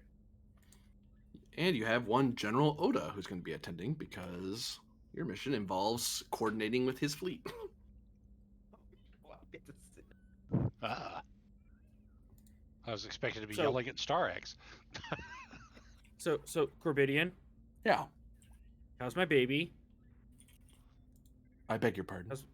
How's my ship doing? Oh, it's in full ship shape. The holodeck thing was just a simulation. They're like, oh, worst case scenario, what? We can't do a warp core, so we'll do a tachyonic collider damage scenario. Yeah, I figured that. Just while we're in space dock, have they been like polishing the hulls and changing out the oil? If they're changing out oil on a interstellar starship, you have a whole other set of problems.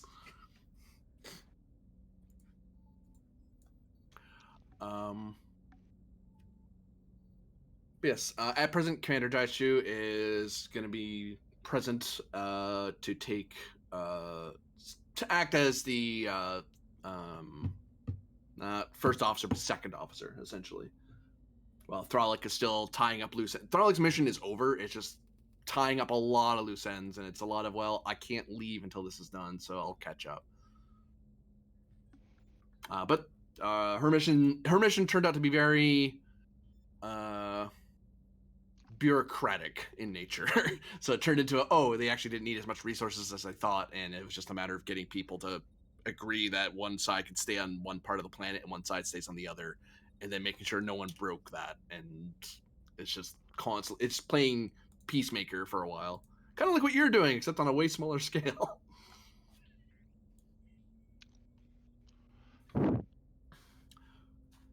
So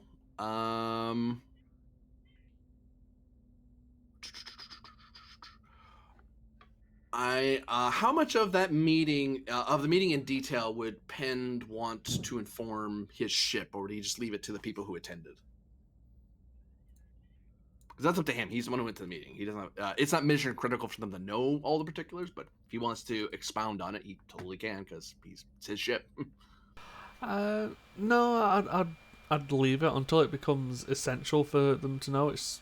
There was a diplomatic meeting. It happened. We haven't ironed out the details. So for the purposes of Arlen event, you're not. All you know is that there's a mission coming and the ship's ready to go, and General Lord Oda is here as part of the briefing. How many prefixes does he have? Oh God, how many do you have, man? How many titles does he have? It's several. Again, it's like the thing. Would I lose 9? fingers if I just? Would I lose fingers if I start adding titles on top of yours? So it's like Oh no, it's 10. Sa Oda, Stormbreaker, Lord of Subgita, Dahar, Master of the Klingon Empire, Special Envoy of the Empire, Literally Son of just do it. Kolek.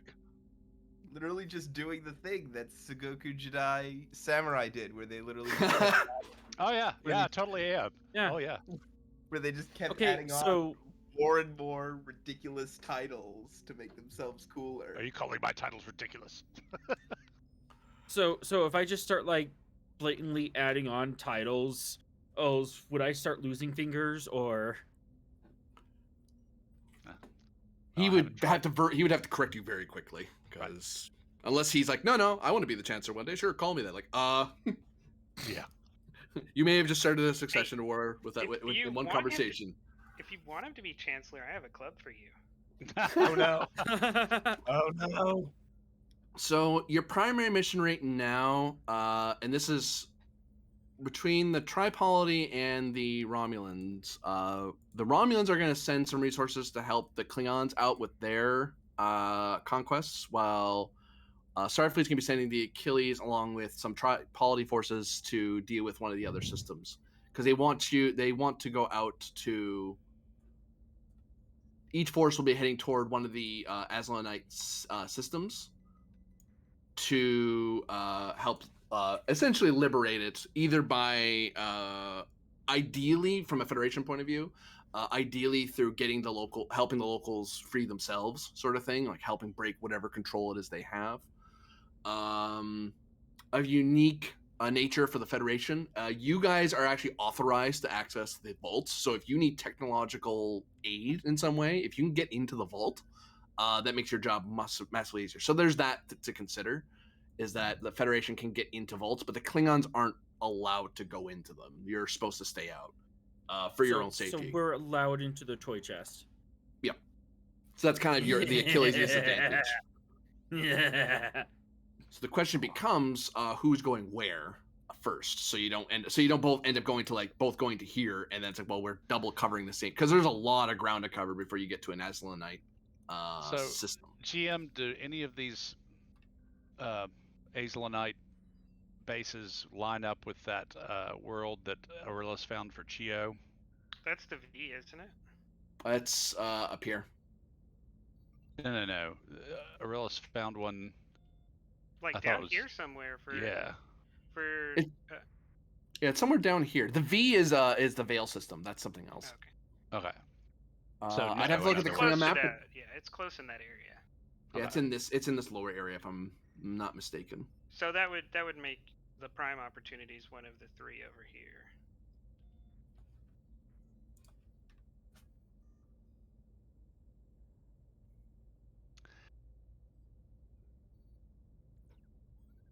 Yeah, I would say probably it's best not for the Klingons and Romulans to go into the one that's in the heart of Tripolity space.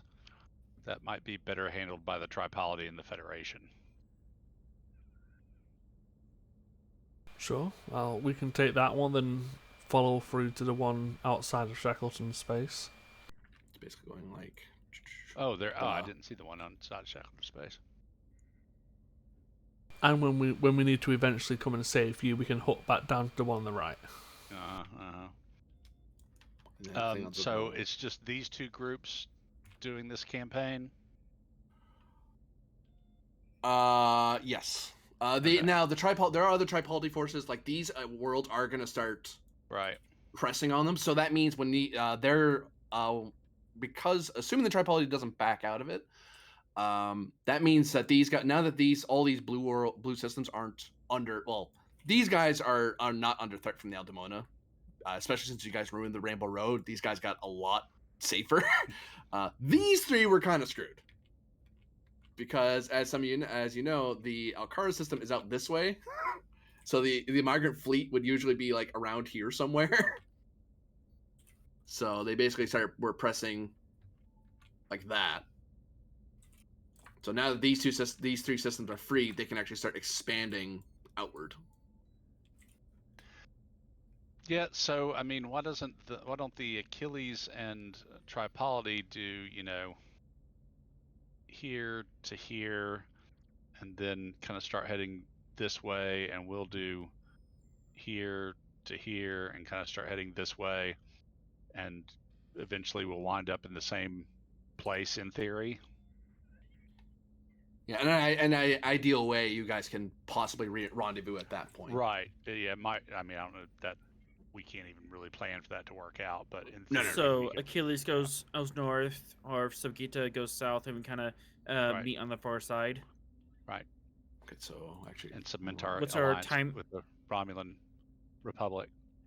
What's the timetable for a rendezvous? it's hard to say. It depends how long it takes you to. Yeah, I mean, without knowing what we're facing in the earlier two. Yeah, it's basically whoever gets there. Yeah. Also, the Can- Klingons have a significant commitment before we even get started on this. We have True. a thing to take care of before we go for the first planet. Mm-hmm.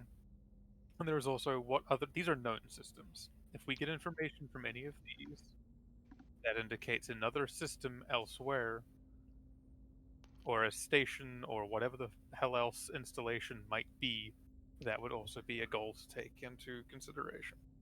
Because consider this data is what the Tripoli gave you. That what the StarX Tripoli gave you. Right. So, Odo was just about to say, If they we knew where cannot all trust that Starux knows where all of the Azelanite bases are. Or trust him to give us all the information, full stop. if he knew that, this war would be over.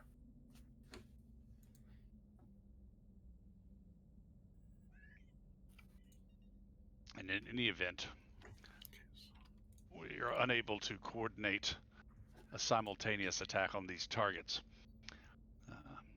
When we hit, whoever hits the target first will warn the rest. Budge. Sorry. There we go. Is there a way we can coordinate, or are we just gonna have to risk it for the biscuit? No, we'll more than likely just be hitting targets and moving on to the next. If we meet up, we meet up.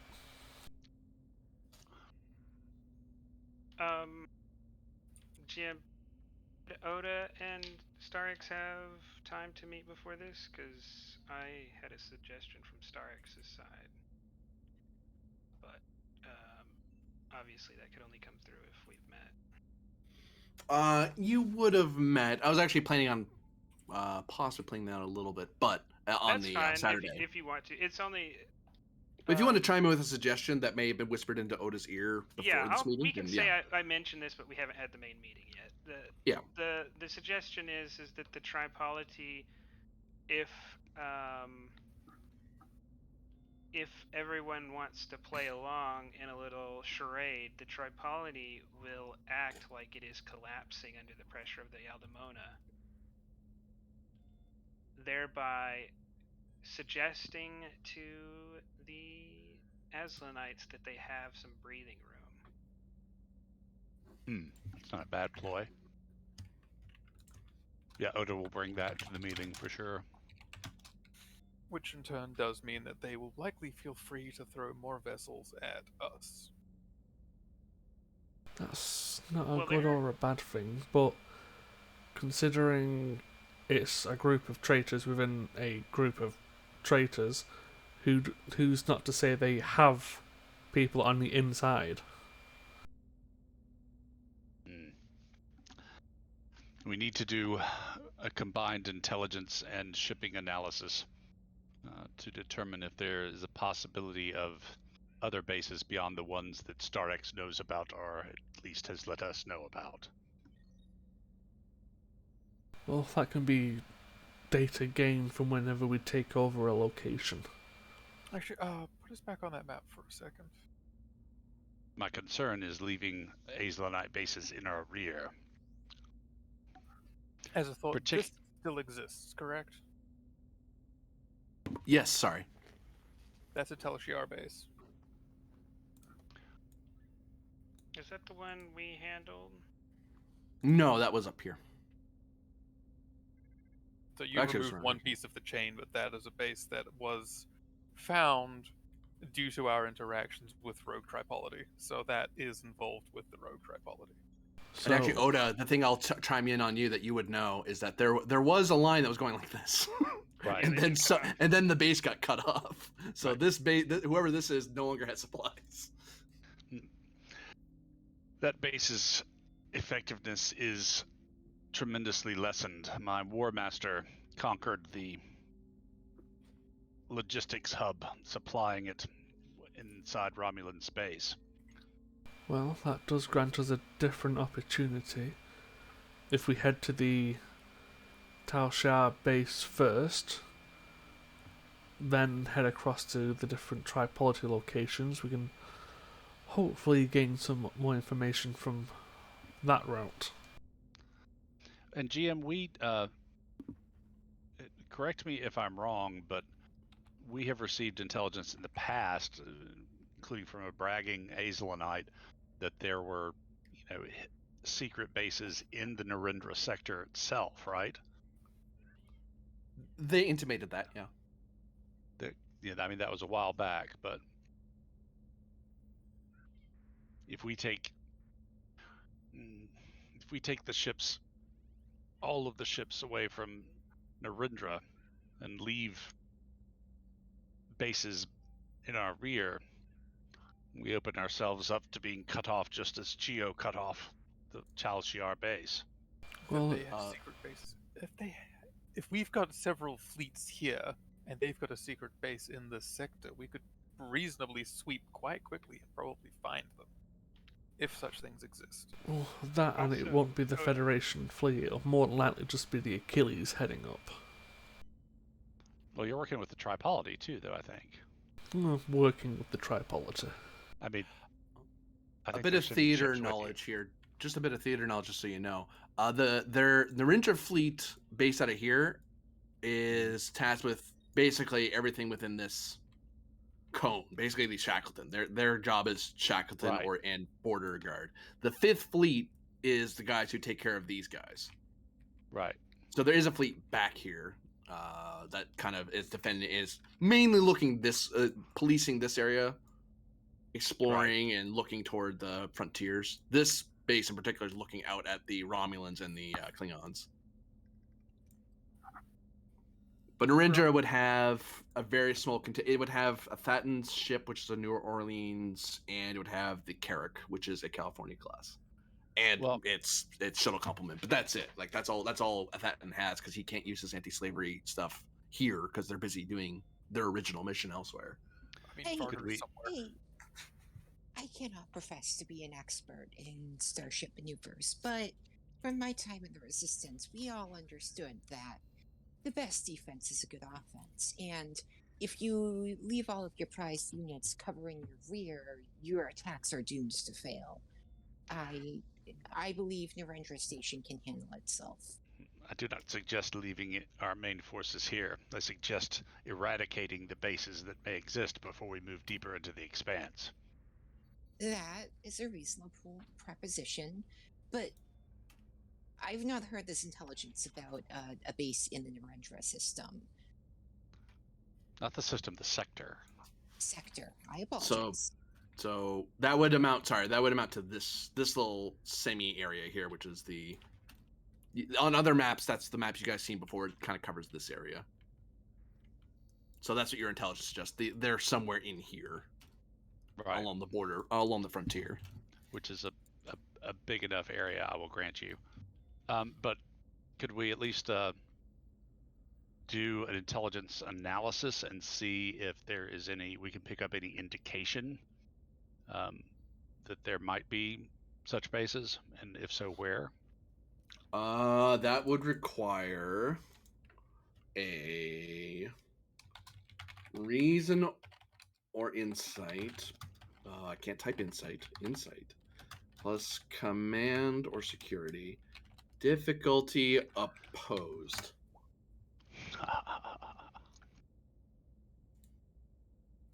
Okay.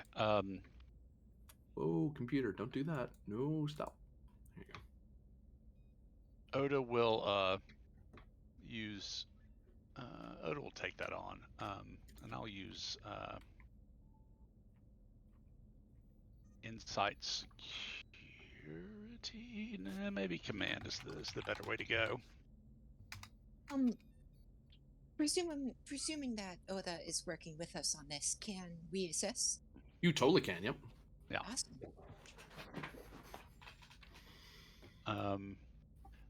Oda will spend a determination on my mind as a weapon, since I'm sussing out potential enemy positions that are supposed to be secret. Certainly. Spending 3 threat to activate the value. The ends justify the means. You have an asset that is exactly an intelligence thing. Yeah, I do. Yeah. Okay. And let me. I also have to buy a focus annoyingly. I'm Which Varder. costs me threat, I'm but oh Varder. well. I'm Varder. I'm Varder. Ha! Oh my god. Praise be. The cult continues. The Yeah. cult, yeah. Buying my full mint. Your Varder's I get like what- floating around somewhere, isn't he? He's somewhere. He's probably within the fleet. Oh, he's just in the fleet. Yeah. It's just one of those. Yeah, you shouldn't be at that meeting. But no, there's gonna be a lot of people there, and I need you to. And actually, cough, cough. Keep an eye on all the other ships. Make sure no one's spying on us. Or Varder might have gone off and go. Oh, all right, I'll be right back. I'm gonna go get an admiral. Okay, I'm back. Okay, so let's see what kind of free hits we can get me. I have the Mindu Oda, the Intelligence Network, Quality 4, well-informed, multi-species, widespread. 1 free hit for you. Okay. Strategist. Countered. Okay. So that's 1 free hit. Don't know. Yeah, I'm right. Hold on. Nah, I was right the first time. Never mind. Favored I just by rolled the luck. Midnight Favored by the Midnight Watch in that it provides another and not necessarily known intelligence route. You could, but I gain 2 threat because their sources are untraditional, shall we say? It's Varder. It's just Varder again. Right, it's just Varder. He's yeah. Varder is an advisor of House of Gitta. Does he count as a free hit?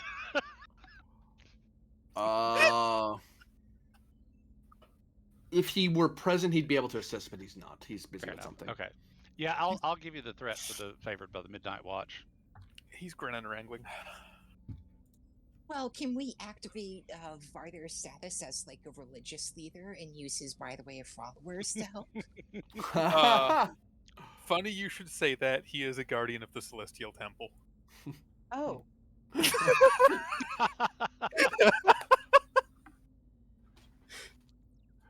Oh so my. that's Yeah, he's my Bajoran character. Think of that more along the lines like a Knights Templar in the modern era. It's like, oh, you're a member of you're a knight of the knight commander of a order. It's like, do you guys do stuff anymore? Not really, but it's Yeah, important. he's a member of the Swiss Guard. Yeah. It's a prestigious title among the Bajorans. Like, ooh, it's like, yeah, we don't guard the temple anymore, but I mean, you never could. Yeah. Oh, so he's Hey. a member of the Knights of Columbus. And take 5 more threat for 4 dice. Okay. Oops, I probably. I know what I'm doing. And that I also better make sure you can activates see the all. dice. That'd be helpful. Oh, I don't get to re-roll that, do I? Oh damn. I just want to spend, but I really don't. I really don't want to have to do that. I'm Nope, going it's to not. guess that my complication range might be increased because I'm paranoid. By 1, yes. Gonna re-roll the comp with That's you. bold. There's a total of 4, 5, 6 so far. I will re-roll. Well, let's see what we You've got. got 7 Total. at the moment because 2, 3, Yeah, so we're already winning. Excellent.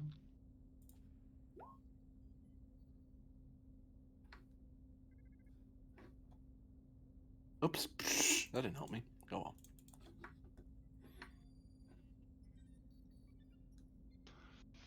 So I still have determination in my pocket if I need to re-roll. Is that determination in your pocket, or never mind? Or is Varder just here to help us? Is that determination in your pocket, or just one point of the 3 on the Klingon trefoil? Boop. Oh, that should be bigger. Hold on. Hold on. Come back here. Get. Oh, fine. Be bigger. There. Thank you.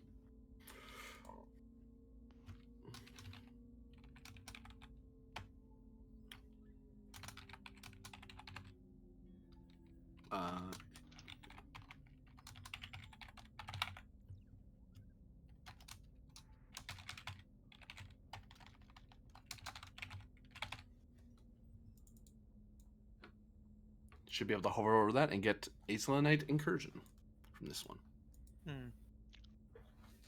It's not one of the. It's the incursions on a world that isn't a star-based world. It's just one of the. Hey, we're ostensibly within the Federation. We're working to become a member, and this, that, and the other. And it's like, oh well, we don't have a ton of security here. And Azlanites are like, well, that sounds like a good place to hide. That's very far. That's far away from the 2 star bases. I have a recommendation then, given that thing's location and the plan that we have at present. Okay. Are we counting the state ship in this at all? Where are they going? They're Or going do with they- the Klingons. They're going to be supporting the Klingons. Okay. They can't dedicate a lot of trips, but this means in the Klingon game they'll have a Klingon Daredevil floating around with them, helping them with fights. Or a Romulan Daredevils. Yeah, Republic's Daredevil, yeah. Yeah. Well, I mean, we already have a Klingon to Daredevil and a Klingon Valdor. God damn Okay, it. never mind. Bloody But it privateers. just means that we Looking deal to with make a that third one. first. Yeah, it just makes that the first stop. Probably like that. Yeah, then up to the one outside of the expanse. Along with, if this thing is no longer being supplied from this way, and they are associated with the Azulanites, they're probably getting supplied from here now. Mm-hmm. Makes sense. Which means we will be able to catch off, potentially, some of their vessels here.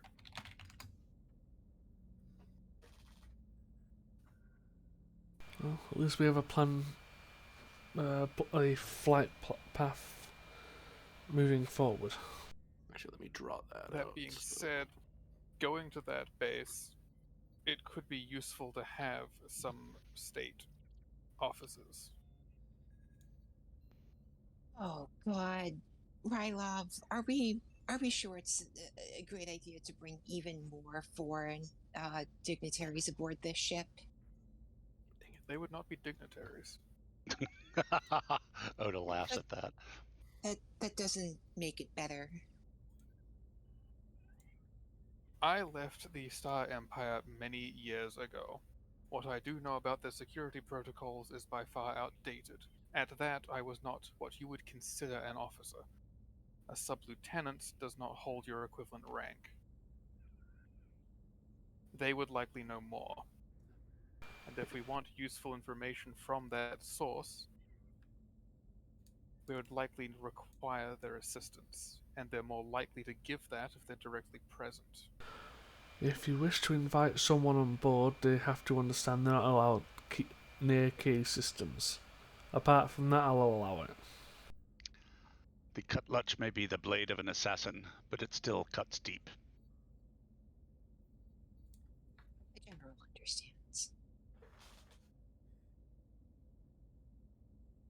Still, in this fight, it behooves us to use every weapon to hand. So, These things do more than threaten our individual empires. Even if I were not the chief of security, I would say this is squarely on my responsibility, but I am, so it would be anyway. well, feel free spoken. feel free to reach out to a contact you feel comfortable with coming on board. Just take precautions, please. I will seek to talk with the appropriate people on the state vessel. Very well. Anyone else have any comments? As it seems we have our path before us.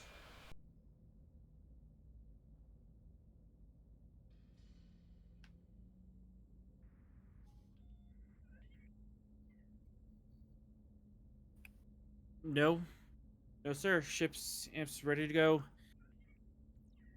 We're all stocked up The and crew ready for is adventure.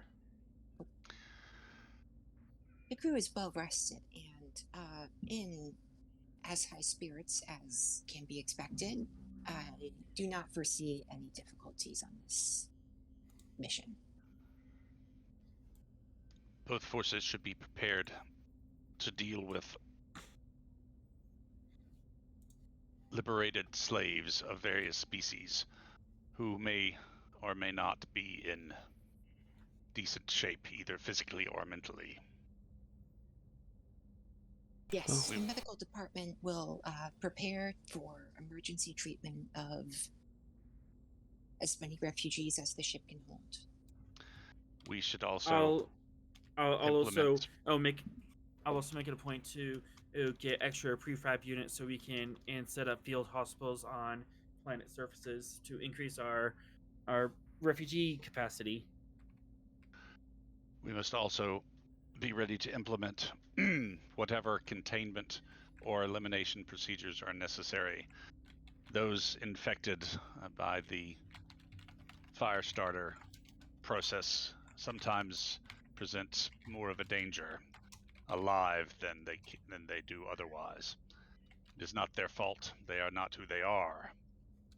Not anymore.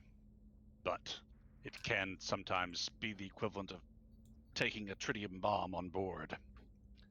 And the wind does not respect a fool. Well, we can take precautions.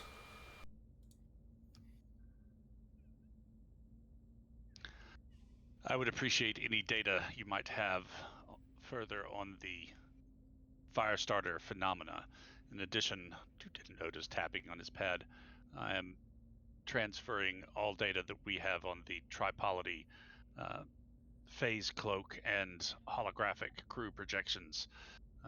Lieutenant Greel believes that she may be able to disrupt the holographic projectors aboard vessels dependent on such crew. I will share her work as well. We will continue to develop it on our way. Very well. If there's nothing else from my crew, I'd like to speak to the general by himself. Ugh. Why does everybody want to talk all of a sudden? Fine. It's the Federation hobby. We tend to get into it sometimes, says Jaishu. Fine, I won't give you a decent bottle of blood wine. I'll keep it all for myself. Any other details, Lieutenant Arlen, Ensign Ven? Any insights you have or questions you have for the mission ahead? Set of the campaign ahead, more to say? I don't. I don't have anything to add to this. Discussion of tactical deployments is a little beyond my my area of expertise. My concern I might ask of you then, Ensign, and of your department is possibly it is very likely, even though we've acclimated ourselves to the Shackleton Expanse, that these Azlonites may have found ways to make the Shackletons' storms and eddies far worse than we're used to. So it may behoove your department as well as yours, Arlen, Lieutenant Arlen, to ensure that we are prepared for a sudden surge in such energies. You think that they have the capability of artificially agitating the Shackleton expanse phenomenon? It is not difficult. No, I She don't. raises an eyebrow at that. She wasn't expecting that response. Ven just looks at Oda. If you should run across any large deposits of greolite, I highly recommend refining them and adding them as even temporary hull plating. They can prove very effective against the anomalies of the Shackleton. The Tripolity has incorporated them in the very duranium alloy they use for their hull plating. Yeah, I and write that down. yeah, I was just say, Ven looks at Arlen and says, "And I bet we could probably come up with a few novel uses for it." Yeah, it's completely named after Lieutenant Greel, by the way. Oh, Oda just decided that's what it was called because we didn't know. Her analysis revealed it. So, oh, Get a name as any. yep. You know, it's taking something from the Tripolity, so I'm fine with it. I'm sure they have a name for it. Yeah, Greolite.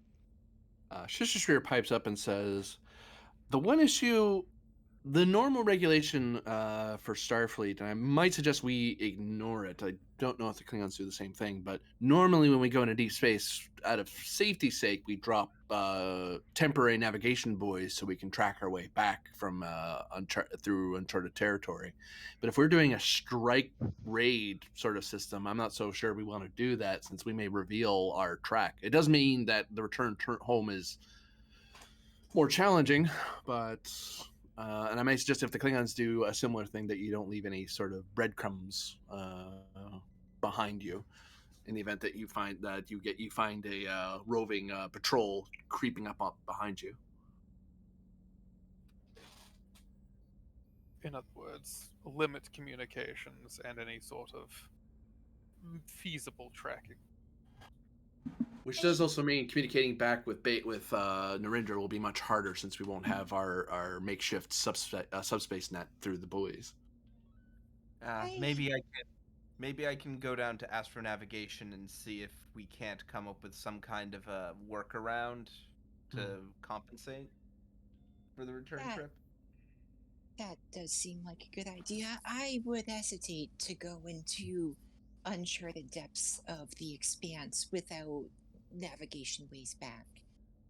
You do not enter the swamp without markers to find your way back. That's how you get buried and never found again.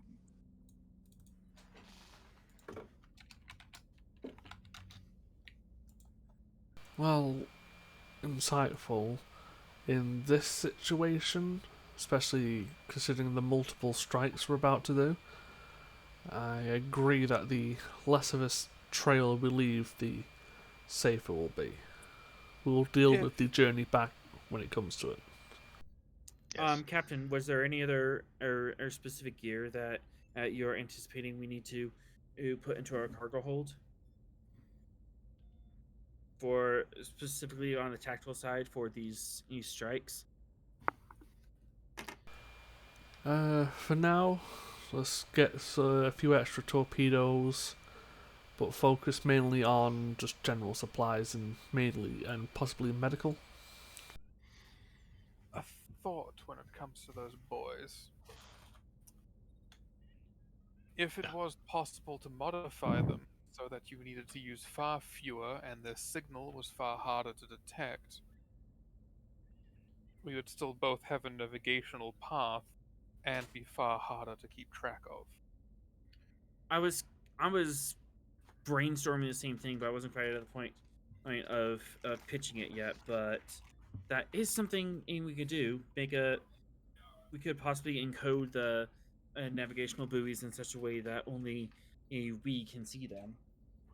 Well, the good thing is you have plenty of time to think about it there, Arlen. I mean, our first waypoint is through Federation space, so we can just use the existing subspace nets. So we're not going to get lost anytime soon. It's only once we go to we're heading to our second waypoint that if I'm going to drop a buoy, I need to start doing it. So Gian, we is have at that least one something? run before we have to worry about it. Is that something Klingons do, or do we just sort of fuck it? We'll figure out a way to get home. Depends on the house. There's no KDF standard. KDF standard is don't get lost. We expect you to be good enough not to get lost. Bootstraps. Well, Don't I get mean, lost. you know, In a pinch, if you're going through really difficult terrain, you set up outposts. Like you just build forward operating bases along the way. If you're in a hurry, you might drop buoys, but some Klingon houses don't bother. KDF it's like however you get back, make sure you get back. Do not lose Klingon property. so you go far enough coreward, you hit the core. You go far enough rimward, you hit the edge of the galaxy, and you just follow that home. Yeah, just figure it out. Jeez. It's not that hard to navigate. Starfleet going, we like knowing where we are almost all the time. We don't like being lost for even a day.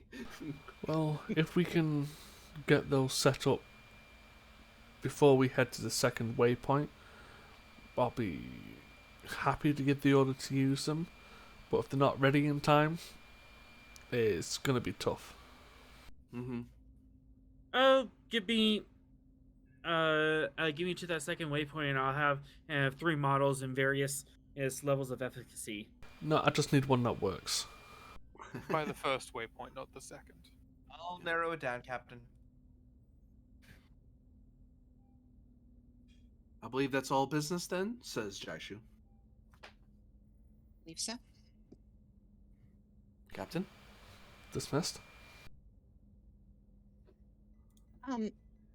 As Isa's being dismissed, she's going to stop by Oda and say, you show great tactical insight, and you were very straightforward in talks both before and today. If you ever want to catch a drink, as it were, I would enjoy that. As would I, Commander. She'll nod.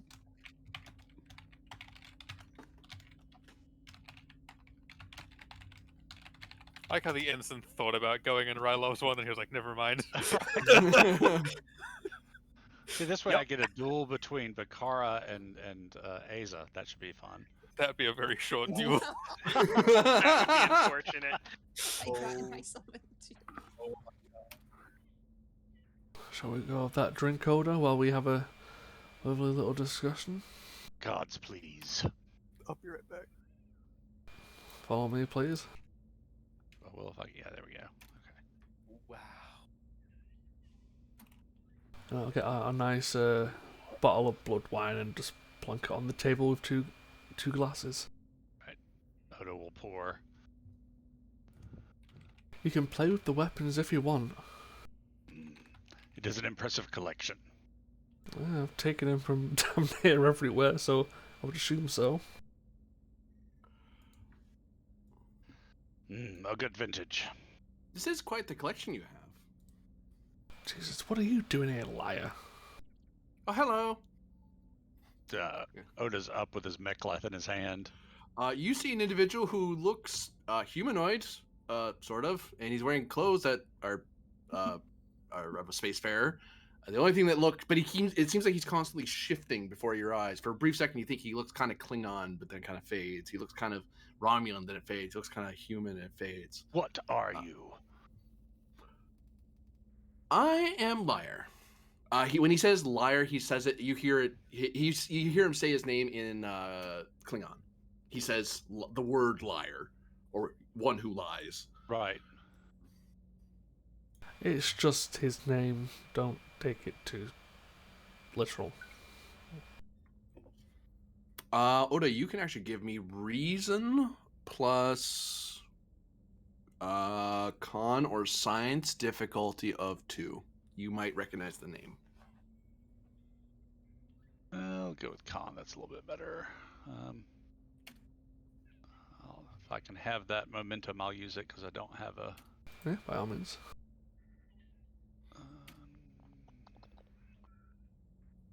Don't think any of my focuses will probably apply. culture, religion, folk tales, that sort of thing. The only thing I could pull out is intelligence, the intelligence network. No.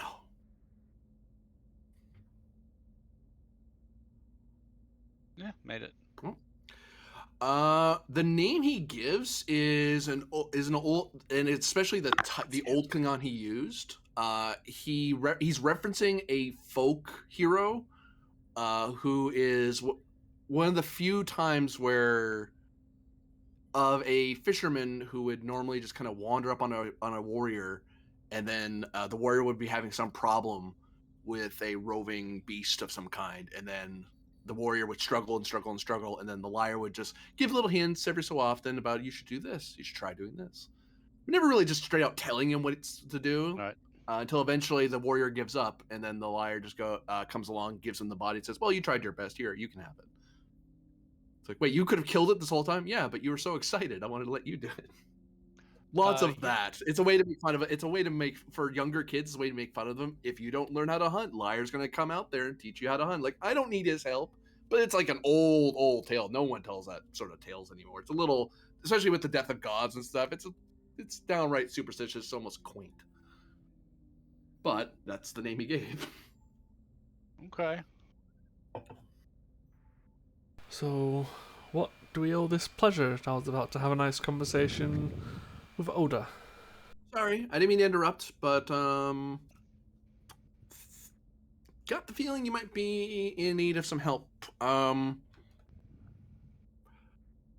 You don't mind if I tell you? I know you're all very factional, so I don't want to tick anyone off right now. I don't care. If you're going to tell us something, just tell us, liar.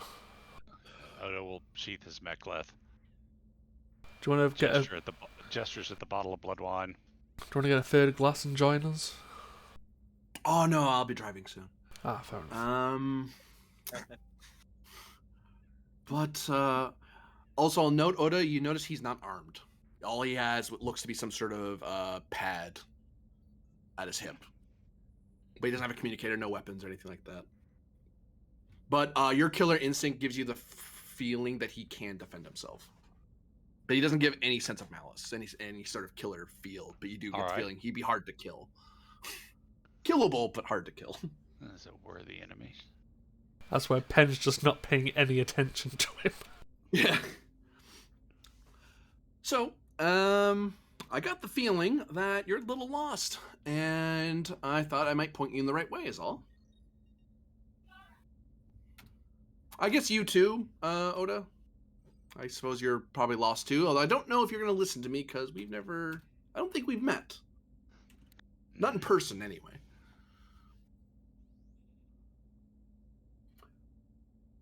But, I'm getting the feeling that, all the people who are gathered here in the nice little ships, well, big ships, small ships, all kinds of ships, although all very nice, all very big, lots of guns. Yes, we have nice ships. What if you get to the cutting edge, do something with it? Well, I mean, I was just being polite. Fine, your ships are terrible. You're all correct. You're all right. Yet you all managed to be wrong at the same time. You are somewhat missing the point, is my feeling. You're all kind of going the wrong way. And I thought maybe I get the feeling I can point you in the right way. By all means, guide us. Can I... He gestures. He kind of moves around Go the ahead. table. Spins your computer around, starts tapping at it. Let's see. Yeah, this is probably such a weird thing for Oda to see. It's just Penn just does not care about this person messing with his shit. Oops. I'm not supposed to hack into your system. He turns your computer around. You need to put in a password. Jesus Christ, come. I'm typing this code. Thank you. Type. So you can just give away your codes and yeah, I'm the captain of a ship. I can do what I want, basically. He also did not These tell are it to the great person lessons. who Write all this down. inputted himself. Right. You Plus, literally just gave your codes it's away a to being guy I who's lying. already know of. Oh, he didn't know who Rylov was. That was the. I mean, the main difference is he told Rylov the code out loud. Penn just typed his in the computer, not to the guy to keep. It's just entering the I password. know. I'm just Bes- being petty.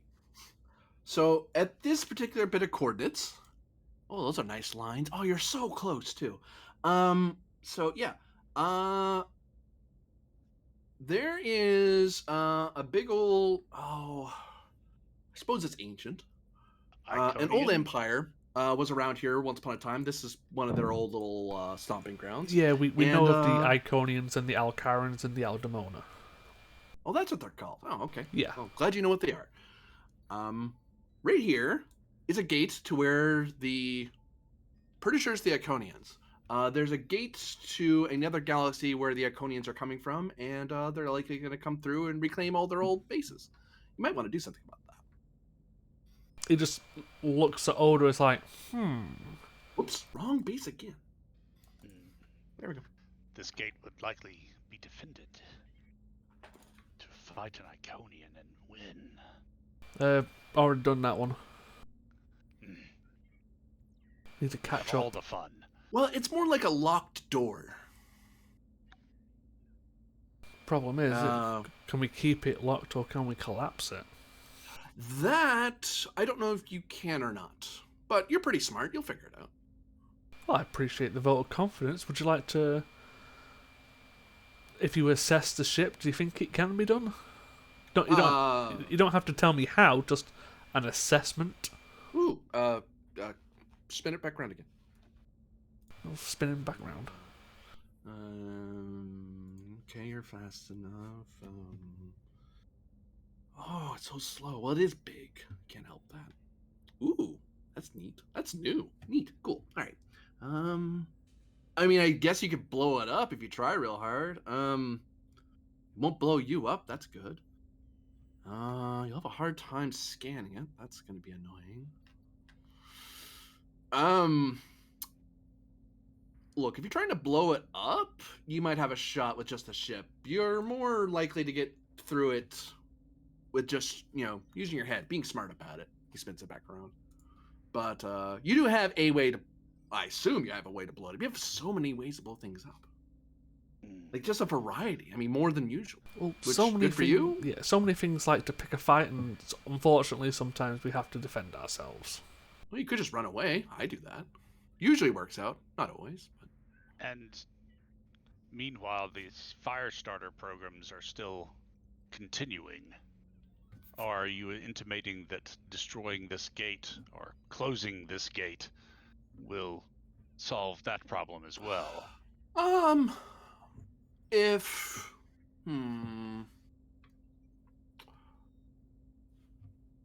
Let's say that you see a bunch of little rivers, and you have a bunch of little settlements, and those rivers are flooding. And that's very annoying and very bad, and you really should do something about that. Close the floodgates.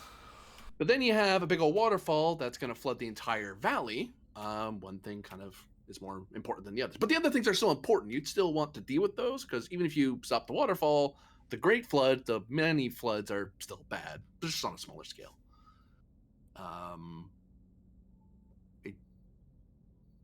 So I hope that makes sense to you. Sorry, it's very hard to connect the dots with you, with your words.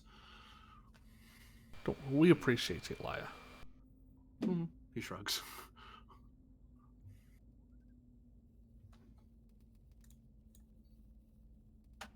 Maybe, as it's just looking over to Oda, maybe I can have a chat with mine and you with Martok. We may need a slight deviation. I think you are correct. However, this may cause your Captain Athatan's so carefully woven temporary alliance to fray, if not break completely. Starix will likely not be quite so willing to change the entire direction of the conflict. Well, if we're being truthfully honest, I already had a deal in place with Martok before Thatton changed it all, so both of them can kiss my ass, but I'll at least be civil with them. And as for us, as Wogentaka, in this matter, I can decide our policy. The Iconian incursion, well, that is the waterfall, as our friend here would have it. Yeah, I transferred the data we have from the Iconian supercruisers over to Oda. Hmm. That was 2 of them.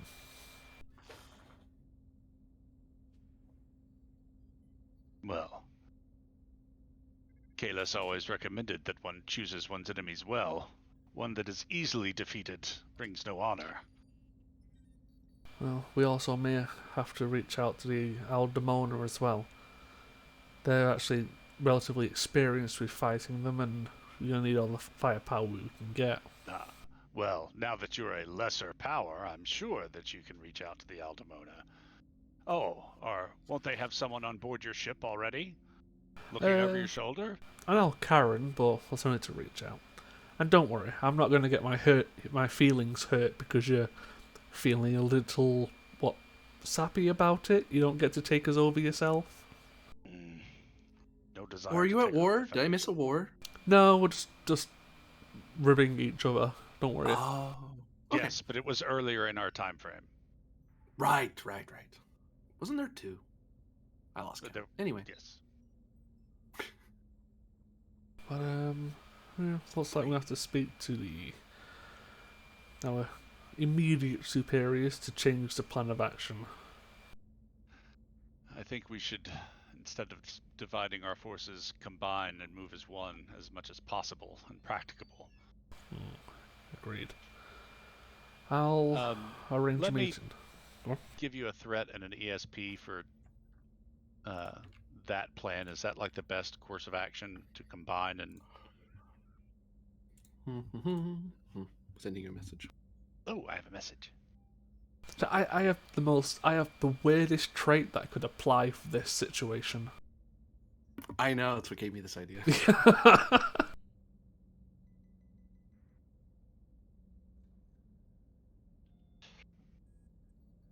Oh, Lyra, before you go, if you want to take a bottle, by all means. You don't have to drink it now, but for the assistance. Oh, I'll take this one.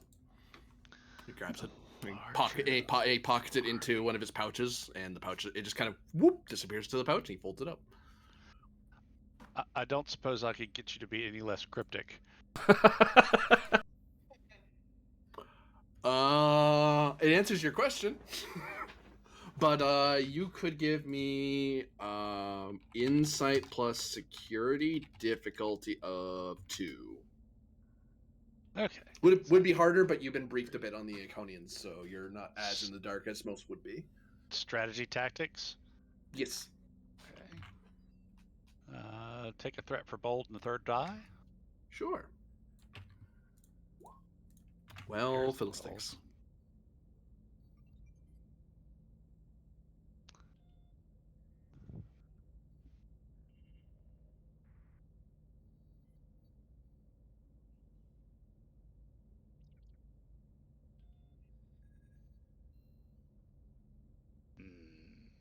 Okay. That's kind of what I thought you were going for.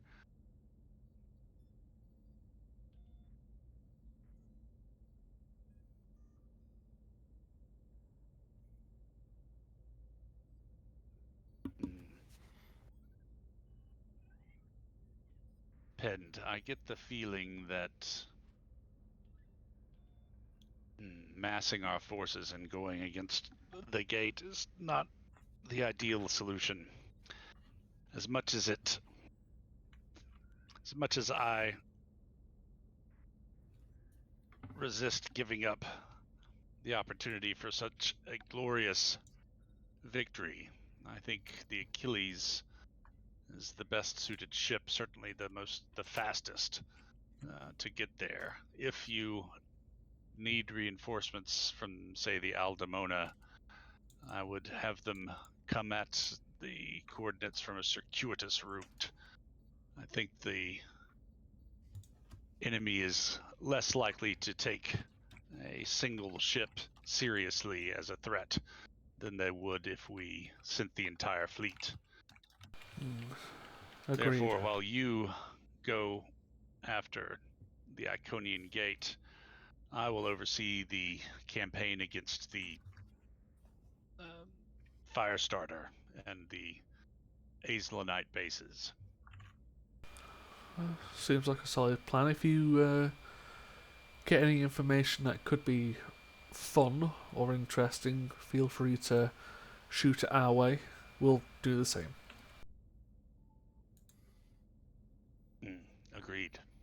But I think we should speak with our respective parties for the new directions we need to take, because I was expecting strikes, not a full-on assault on an Iconian supergate. Agreed.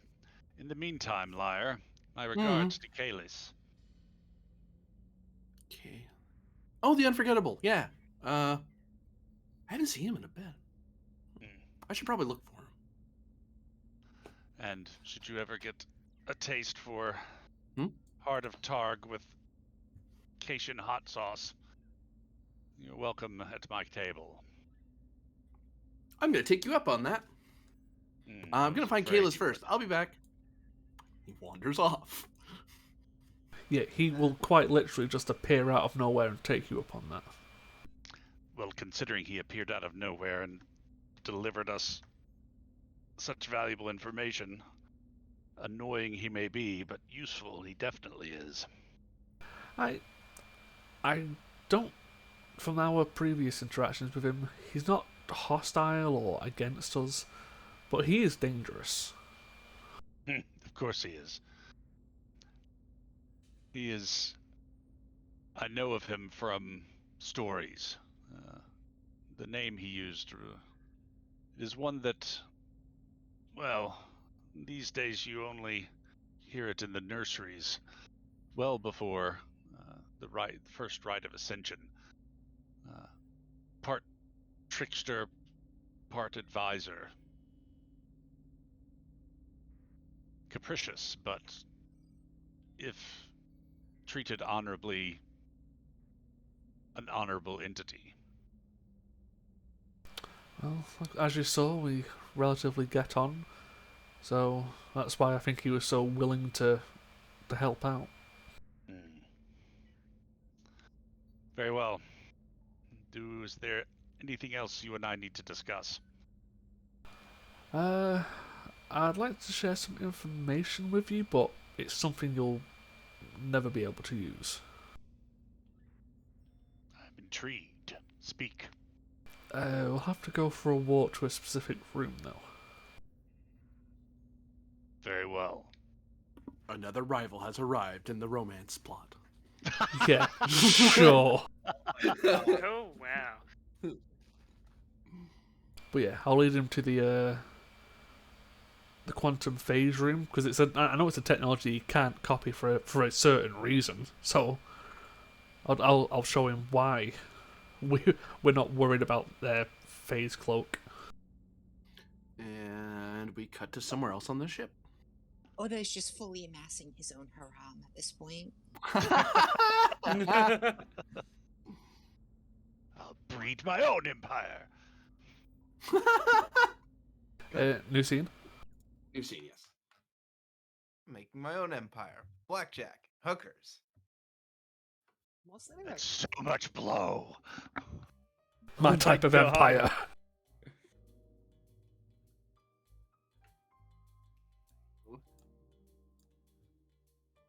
Seriously, can you even imagine a Klingon on coke? My God, it's terrifying. I didn't want to say Garon? the word, but yeah. Klingon on Petrocell White, you mean? Those eyes. Those eyes. Those are not the eyes of a sober man. Yeah, I mean, freaking look at him. So the officers gathered here, Arlen, Ryloff, Ven, and Asa. You're getting a brief break before, because the ship's still doing some other things before it has to go underway. Most of the day was a lot of today is prep work, like get ready to shove off, herd all the officers get now come back, and there's some long range support to Thralek's mission right now, but it's nothing like red alert. It's more of a green alert. Like, hey, you need support? Yeah, I need this. Can you communicate that for me? Sure, I can do that for you. That sort of thing. So the benefits of being senior staff, and Ben, who is actually low enough rank that he's high enough rank that he can order people under him to do things, and he's low enough rank he doesn't actually no wait, he is the highest ranked. He's one of the higher ranked. He's not the senior ensign of the science department, so that becomes Drebin's problem. Yes, you have to take all the notes, but no, you do not have to do all the duty shifts. So how do the four of you relax, if you dare relax? I was given a project and now I'm hyper focusing on it. So I'm probably like 3 pads deep into figuring out comm buoys and navigational buoys. And also I wanted to see if I can give him a sensor or modifications. And if I have time and ability, maybe some sabotage, blackmail abilities. So if Your anyone workaholic is at the top of every single one of your psychiatric profiles. Yeah. It's not quite a workaholic thing. I'm only a workaholic on projects that interest me. See, Does it make it any better? No. That's still workaholic. Yeah, that's the same thing. But yeah, I'm like 3 pads deep trying to. I'm just brainstorming at this point and casted by wet. My NetWide. Fitness plus engineering difficulty 2 to make sure you don't overreach yourself on your break. 'Cause you are supposed to be having a break, but you're trying to get a working lunch in, as it were. You're trying to make sure you're not doing more work than lunch. But this is relaxing for me. Tinkering focus, since I'm tinkering with ideas. Yep. Take a threat. Certainly. What the? Well, goodbye. Oh, He's sleeping at the table. Yeah. Arwen. Honestly, let that one stand. Wow. That's fantastic. You're sleeping at the table, boy. Yep. Just- Just have fun with that one. Just in a puddle of drool. Yeah, it's like it was relaxing. Unfortunately, it was too relaxing, and apparently you relaxed all last night, and not in the fun ways. Well, fun for you, I guess, but you're like, yep, just another pad. I'm just gonna move this bowl of food and just gonna lie my head down on my table so I can keep working on my pad. And it's just, I can hear the Done. beeping still, so I can still see it. Right? It's fine. Snore. Snore. And the snoring is audible. So a nearby table kind of looks over at the snoring lieutenant with a bowl of food next to his head and a pad. Tragic. Tragic. Has Ryloth been able to put through that request to the state ship? Give me control plus command, I suppose. Difficulty of 2. Assisted by comms plus command. I can't spell comms. Comms plus command of the ship. Mm-hmm. So, I have numerous traits here that are probably going to help and maybe hurt. Probably more hurt than help, to be honest. So, like, I'm a Romulan talking to a Romulan ship. Maybe helpful. I'm also a defector. So are they, technically. I mean, Nothing that- changes so far. That's a big technicality on that one there, bud. That's not a big technicality at all. Paranoid.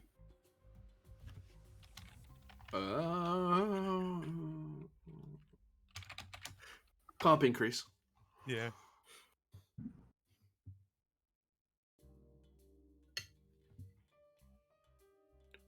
I don't know if Survivor is a trait specifically acquired for surviving a Romulan crash.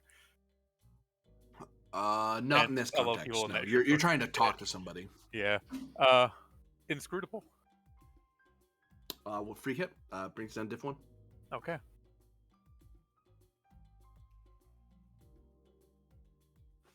What is our Admiralty focus, by the way? You don't have one. You don't have an Non-existent admiral. because he fucked off. Yeah, right. I was like, I just about answered my own You're question in my head. welcome. Yeah.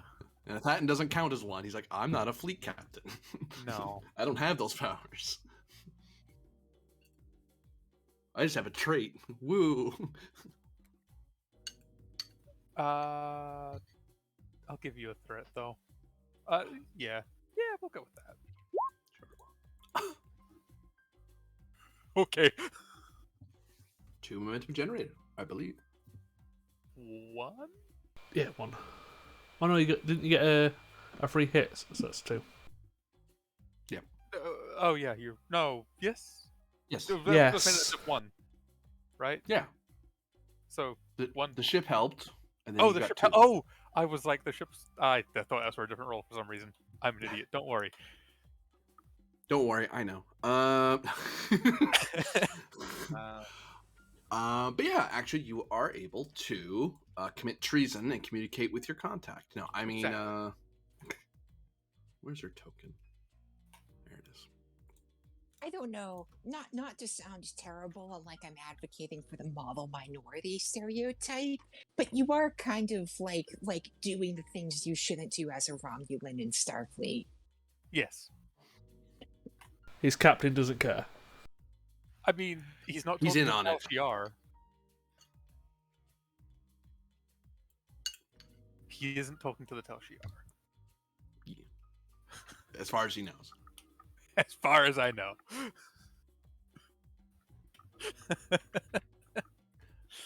Ryloff? Talora. Well, that was an interesting meeting. To say the least about things. Would you care to join me for a drink? Certainly. Well, there is a snoring Arlen, so I was like, never mind, not that way.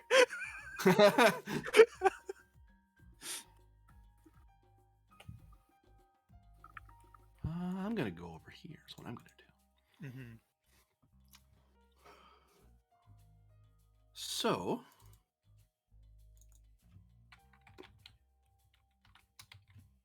what am I doing here, Ryloff? Unless you just wanted to share, I imagine you're here to share old battle stories. Not quite yet, no. With the current plan, the way things are, it seems likely that the Achilles will encounter Tal Shiar installations.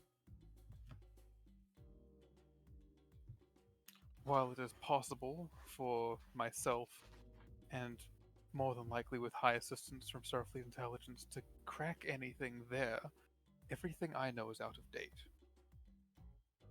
What the state might know is far more up to date, and whatever the state assists in acquiring, the state would have immediate access to. Naval regulations still exist. I can't go around giving away Romulan codes to foreign navies. Correct. You know that. But positions of liaison do exist. I suppose they do. If that request would be put through, my captain is willing to approve it. Oh, who did you have in mind? You. Sorry. She puts down her ale and just kind of gives you a look. I did not stutter. Right. In case you haven't noticed the color of my uniform, I'm a sub-lieutenant. Seems a bit... I don't know. You have Important? Perhaps, but we had a cadet running most of the science department. That seems unwise. That is what I thought as well. Still, you have particular expertise in unexplored energy sources. A particular that's facility true. to breaking down and analyzing data and information, which would help with that coding. And I given mean, if the you can get the apparent- approvals, I don't mind helping. I don't know. I'm surprised anyone on either side would okay this. I mean, it's kind of hard to climb the ranks when you can't, when everyone's too busy to take a bribe, you know? Well, sorry, we don't bribe in the Empire. Hmm.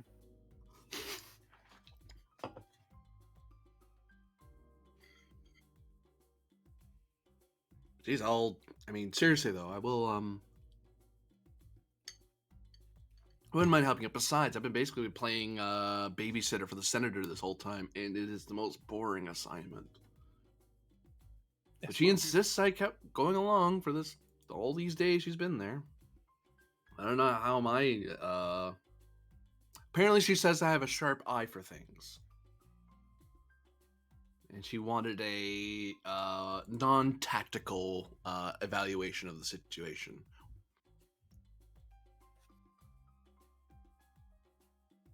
Which I'm not sure how to take that. That seems a bit of an insult, but all right.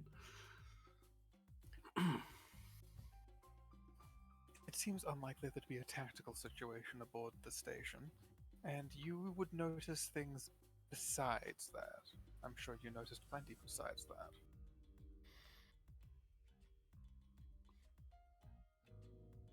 Well, the fact that well, I guess I did notice one thing. The Tiananmen, that Tripolity ship that's sitting in the dock.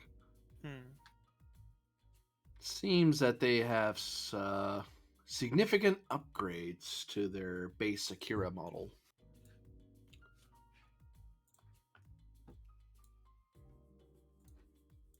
And she sips at her ale, They've been lording out her knowledge over you. Yeah. It's like they've been out here for what? 6 years? Longer than that by now? I wouldn't be surprised if they've improved things or changed things to their needs here.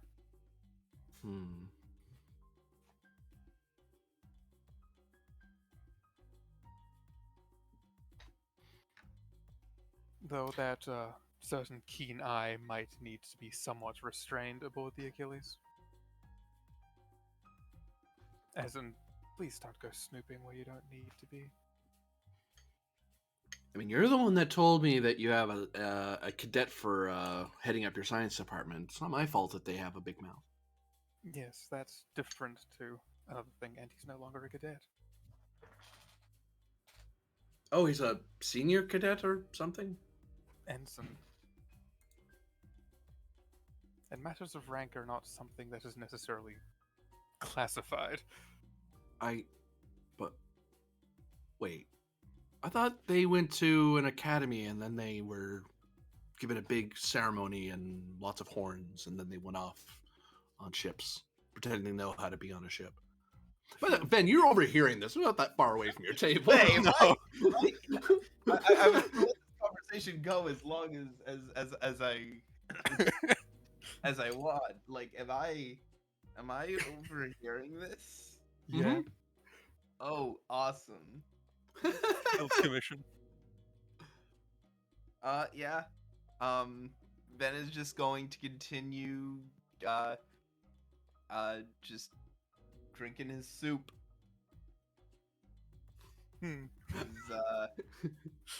He is not going to approach his superior and this Romulan sub-lieutenant, even though they are talking about him right in front of him. That's got to be one of the saddest Meanwhile- things I've ever heard. He's always been shit talked, and the response is, "Well, I'm just gonna sit here and drink my soup." Yeah, Meanwhile, Hey, there's what one of snorting them from across outranked you the- by a significant deck. amount? Yeah, I was gonna say. Yeah. Look, you don't make ensign in record time by fighting with the people above you, even when they make fun of you. Plus, they're What mocking is- the entire cadet system. Yeah. What is Aza up to back there at the replicators? Okay, so my initial plan was that Aza was going to try to relax by pushing herself into the kitchen letting herself do some cooking. But then she walks into the room, looks up from her pad, and sees a lieutenant asleep in his food, covered in, a dozen pads. It's So not that she's bad. going, He's next to his food. okay. And Well, it's only 3 pads. Let's not exaggerate. in any case, she's going to sigh. She's going to put off lunch for later and walk over to Arlen. And we can do this after the other conversation is wrapped up, or right Oh now. no, you can do it now. This is happening while they're Okay. having their nice little conversation. Well, she's going to put her hand on Arlen's shoulder and just give the good old shake. Huh? What? Lieutenant. Give me. Hold on. I'm giving you God. what You you may need get stuck today. in a forever sleep. Fitness No, we had 2 complications. plus medicine difficulty 1 because you want to shake because he's when you first shake him a little bit he doesn't rouse and then it's a more you're trying to shake him without like accidentally letting him fall out of the chair or something like that. Like he might be just stone cold out. Oh, please eat him out of the chair. Yeah, just push him Yep. out. Threat. Take a threat. I'm gonna do it with 2 hands. Come here, wake the hell up. Or doing that first aid thing where you pinch people at the collarbone around the collarbone area. It's like wake up. Ow, ow, stop. Yeah, she definitely did that. Yeah, with that many rolls, Arlen, you're awake. Ow.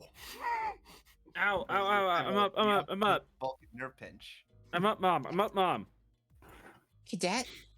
Okay. Ignoring any psychological implications of that statement, which, frankly, I am far too tired to get into, you are being taken off duty for the rest of the day. Did you just Please. call Arlen He's a Oh lieutenant. my You just God, promoted she him. did. Right, now he might as well be a cadet. It's because he's misbehaving. She's assuming he's a lower rank than he is. Lieutenant, I need you to return to your quarters and take the rest of the day off.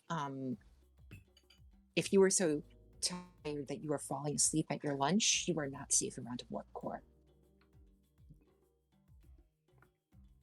But I was just gonna finish here and She's just going to glare at Arlen.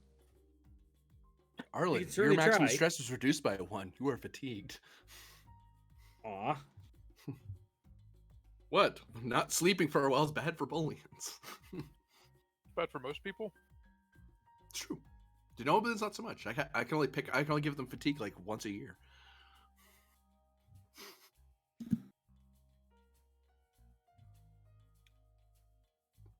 Yes. Anyway, Anyways,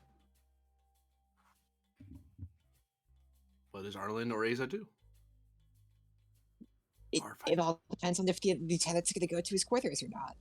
Bar fight.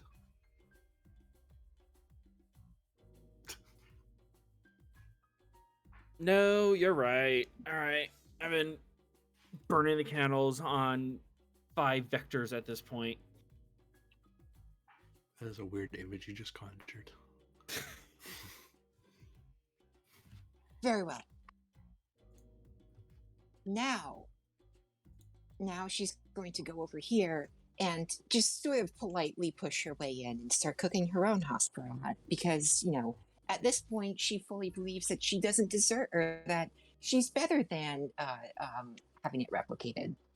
Hey, you'll have to convince them you actually won't hurt yourself while you're in there. Presence plus you choose. I can't think of a cookie skill off the top of my head. It's a really weird one written down. Diff 2. I would say science, medicine, maybe con. If you were con would be if you're making like blood pie or something, but you're kind of just gastronomic or just health. So science or medicine. All right, focus in cooking. Yes. All right, I'll spend 1 momentum.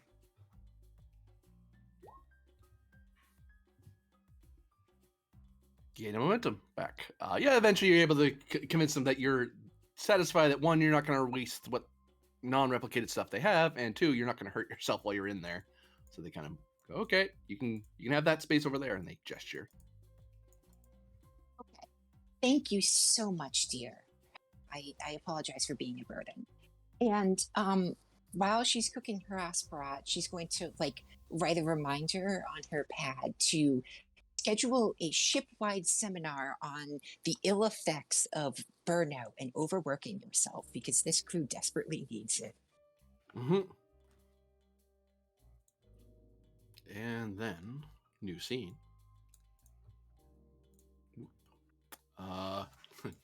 You're not in the brig. This isn't happening. I decided to test you all over again. You have to redo it because there was a tie earlier.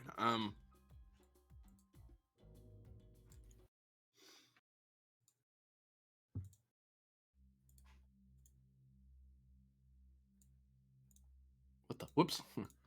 Helps if I put you on the correct layer.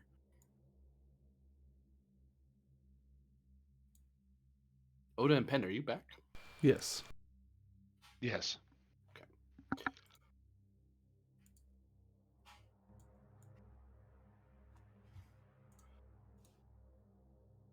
As you're walking along. If it's Starrex, can we both just shoot him, please, and get it over and done with? Somehow I don't think Starrex is going to breach the security of the Achilles without a good reason. I think not. Are the red things tables? Okay, yeah. Yeah, You were concerned for a second. yeah. Like, is that calculate? I just have red calculate tables throughout my ship. Just for a second, I was like, what? That would be a weird flex. Yeah, having human flesh, leather wrapped couch. Yeah, that would be like, I have made tables out of this formerly sentient crystal. I say formerly because we killed it. That's a Klingon thing. Mm. Even Klingons have better taste than that. They keep that to their quarters. Jeez. So tacky to put it all over the ship.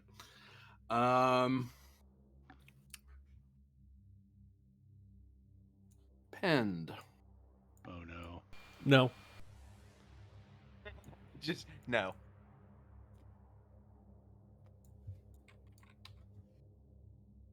Well, we spent 7.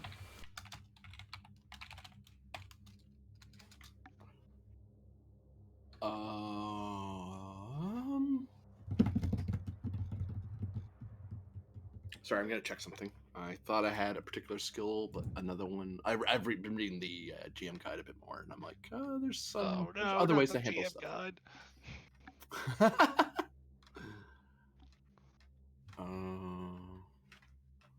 But there might be a different role here. Just have to find it.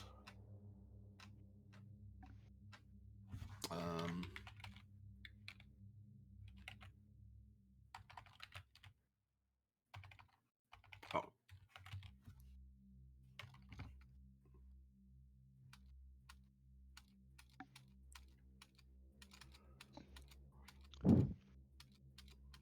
Oh, I don't have it.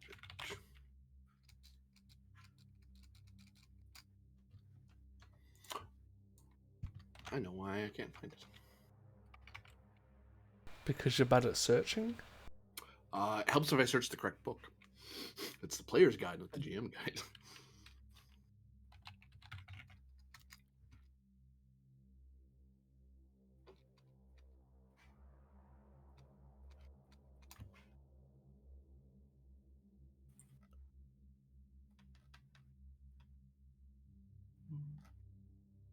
There we go.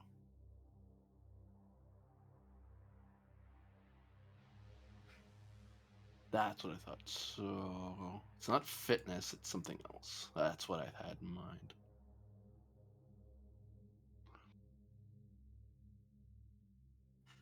I mean, if Oda's gonna stab me, can they at least be upfront about it? Well, we know what his attack would be. It's fairly straightforward. No, he has been mildly experimenting with the mental stuff. Mildly. Mildly. Experimenting? I am putting it politely. The dude's gone off the deep end. He can. He did break have his anyone. entire heart pop out of his chest for a minute there. Oh dear. I mean, that fits with the theme of the episode. But Yeah. When he I could go to Stovecore and come back. Yeah, you did become a threat from midnight as well. Did I? Yeah, that's what that entire thing was. Oh, the heart thing. I was a threat from midnight. Yeah. Well, if I'd have known that, I might have done some things different. That's why Varner didn't tell you. That and the tenants. The tenants say no.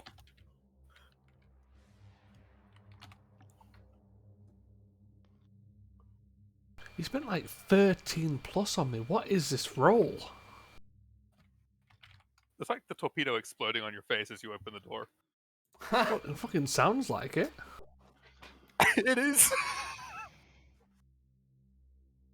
Wait, Presence presence command, diff 5. What, and if I succeed, I don't take that? Yep. Presence command or die. Pretty much. Apparently, this is what happens when you fucking poke the GM too much.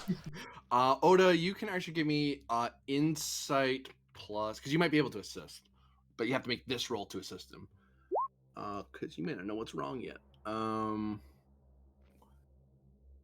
Insight plus insight. I can't type. Insight plus medicine, difficulty of 2. If you make that check, you'll be able to see that Pen's in some distress, and you might be able to do something. Otherwise, this will happen internally, and you won't be able to do anything. It'll be too late. Okay, difficulty 2. Lord, this is probably pretty important. It's not my greatest roll, so can I have a momentum, please? You can.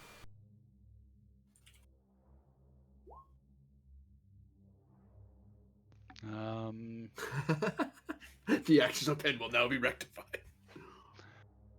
And do any of my focuses apply, GM? It's just simpler to let you look at the sheet. It's true. Especially since it's so hush-hush secret. Da, da, da, da, da. Are my intelligence network? No. I would Your hope libretto not. composition, no. No, none of your focuses apply. Okay. Oh, there you go. Generated a momentum. What you see happening to Pend, and Pend, you already know what's happening because you feel it, and maybe your body will resist. You notice on Pend that as he's walking somewhere, he kind of just stops suddenly, which to an untrained eye, you may think, oh, he just forgot it's this door, not that door. So he kind of stopped and he's about to turn and go this way. But almost very rapidly, you notice his skin turns quite pale, almost ashen gray. His hair seems to turn white. And you notice that there is something crawling beneath the surface of his skin in rapid fashion. So rapid you might not have noticed. Pend, you're feeling the worst pain in your life. Your blood's on fire and trying to kill you, and hopefully you'll be able, but you get the feeling that there's something in your head that's causing it, and you can just will it to stop. You're not sure how you know that, you just know that you can. Mm-hmm.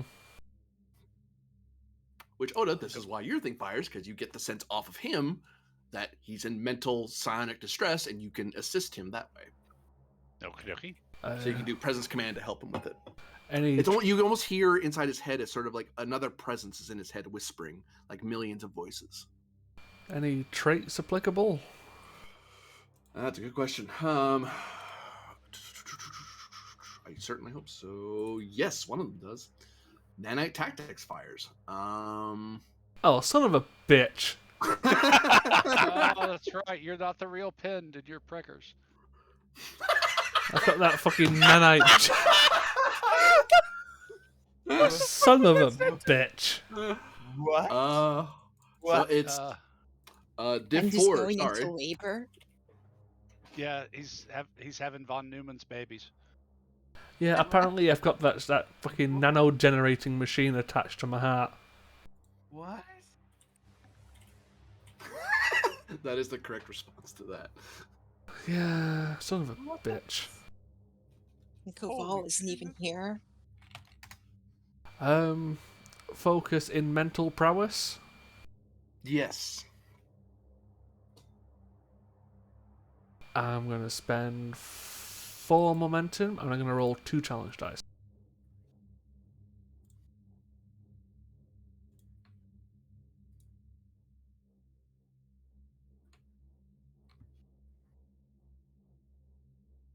You get 1. I can't mess with the difficulty. Yeah. So I was totally gonna do that. You know it. We got 6 momentum.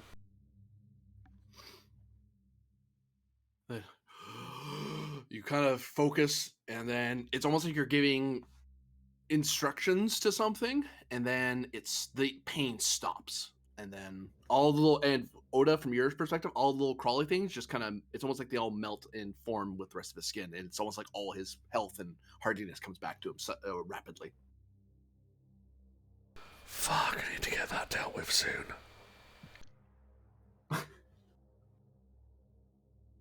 What was that? It's like a million voices cried out and were suddenly stopped. Well, recently I got stabbed through the heart, and at the same time I somehow had my quantum signature changed and a nano-generating machine attached to my heart. I've just been attacked by nanites. Can't your doctor just turn it off? I was going to have a chat with the Alcarans, but been busy. Now I'll get round to it. I could break it for you. No, I prefer my parts where they are, thank you. I appreciate the offer. No, I could literally, with my mind, reach in and destroy the factory. Probably, but there's also the fact of I have a different quantum signature.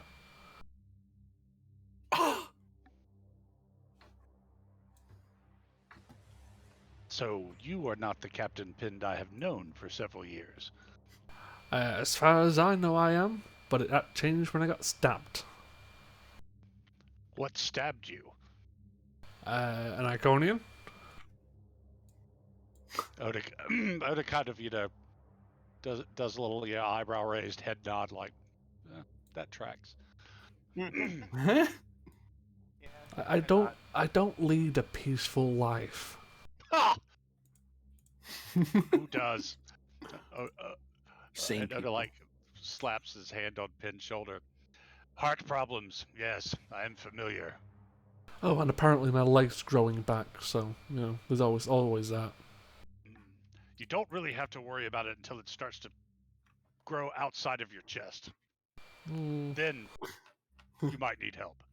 The conversations I have in my goddamn games. To be fair, I'll be having a chat with the Alcarans to see if it's something they can deal with. If not, I'll have a chat with you before we leave. I'll type in the codes and enter the room. Just don't touch anything in here, please. Wait. Fine, don't wait. Has this happened before? Has the nanites I recently got in my body tried to kill me? No, this is a new occurrence. Could it perhaps be caused by some radiation or energy source from this thing you're about to show me? In which case, perhaps getting closer is not your best move? I've had this thing with me for a very long time, so no. But you only recently got the nano machines. Correct. Son. Beat me to it. Oda just kind of shrugs. I mean, I'm not Klingon pin's gonna pin. Look, I'm not a scientist, Oda. I can't give you the answers you're looking for here. Well, walk closer, and if you fall over, we'll know. Not walk over to the fucking crystals. Remember, it's only science if you write down the results. Otherwise, just messing about. So, do you... Probably not this. No, it's probably not this. I guess as much. So, do you remember that firearm I used to have a couple of years ago? Yes. The one that could shoot through things? Yes. 88 Magnum. The particle magnum, but yes, so whatever you want to call it. That's the crystal. It has grown. I've been working with it, yes. But I took the aspects of the phasing of the crystal and incorporated it into quantum torpedoes. Transphasic torpedoes. Yes, but with variation. He'll walk over to a panel and he'll show Oda the variations of a quantum phase torpedo. Oda pulls out his scanner. Do you mind? I'd prefer you didn't. I'd prefer you only look and not touch on this one. And he still won't let Varder have the little fucking stealth panels of Sabita. Okay. Yeah, Oda will attempt to memorize whatever it is that Pend is showing him. Give me.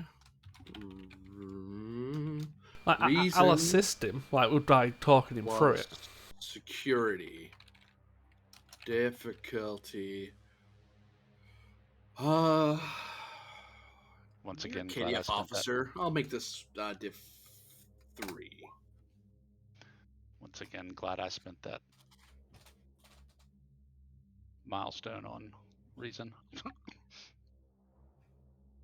Okay, diff 3. Let's do 2 momentum, 1 threat to activate bold, and 4 dice. Yeah, and I'll assist. Mental discipline because I'm memorizing. Yep.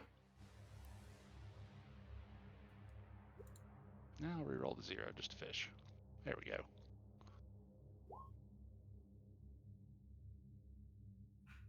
Gain 4 of that.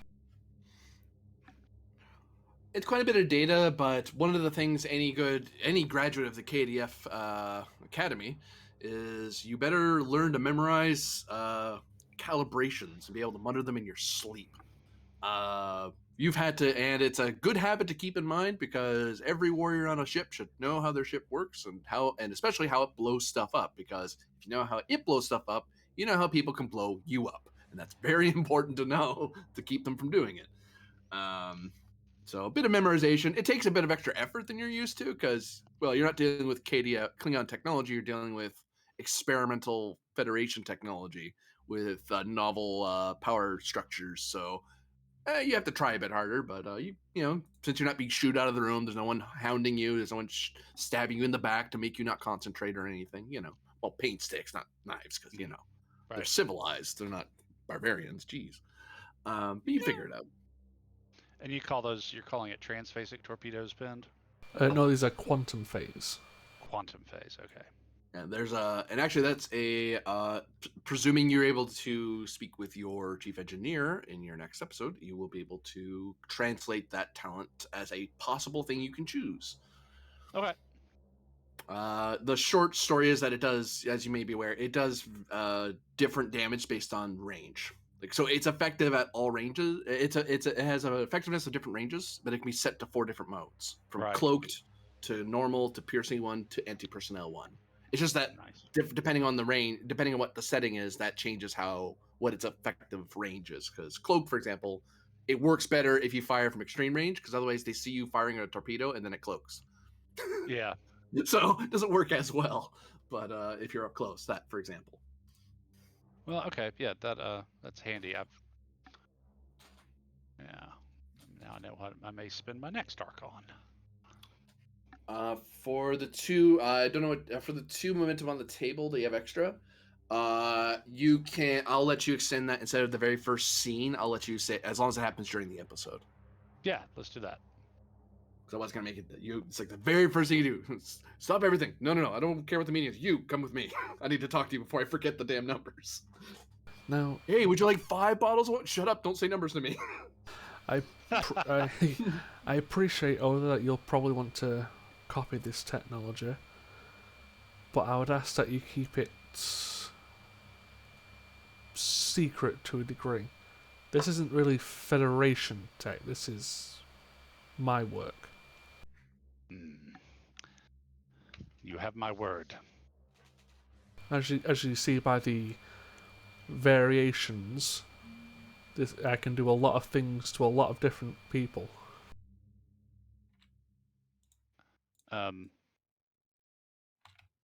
Otis says, we had developed a makeshift ability to create transphasic torpedoes that were very effective against the Azlanite Festival.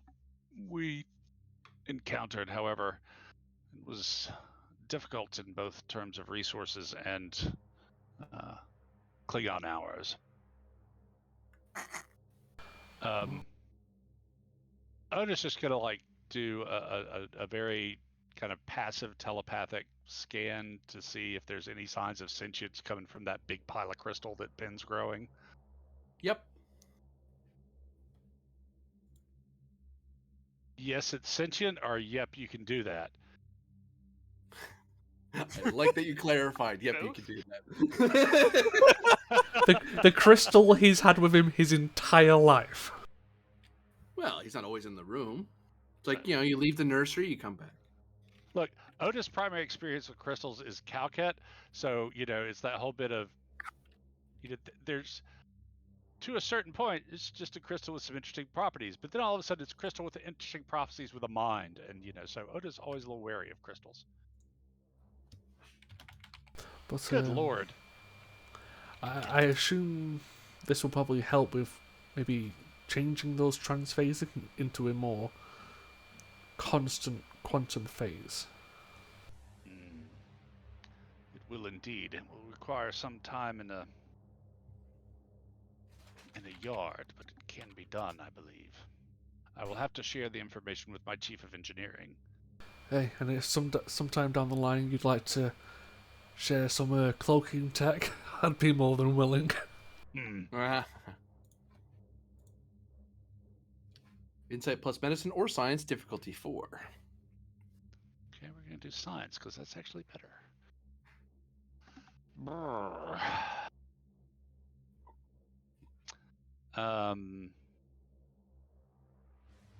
Mental discipline as a focus?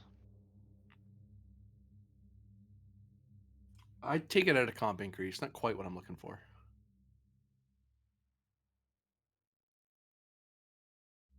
Poetry libretto composition?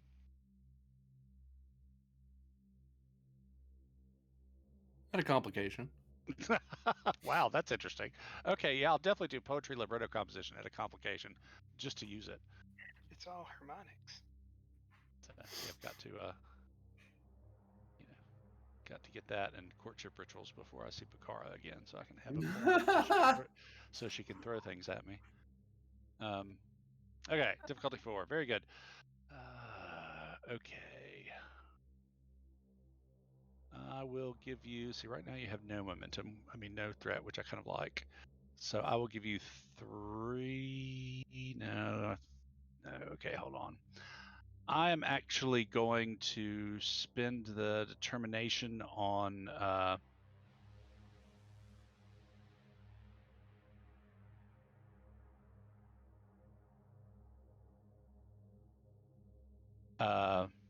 Your mama. No.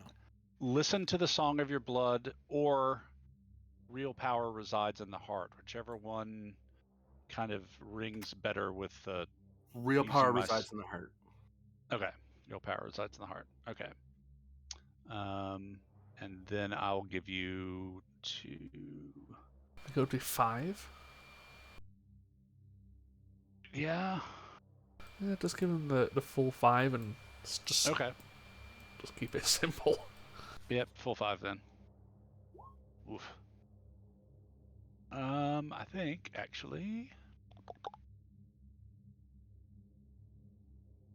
I'll use the Order of the Batleth to ignore that complication. And you hit it? Yeah, 2 and 2.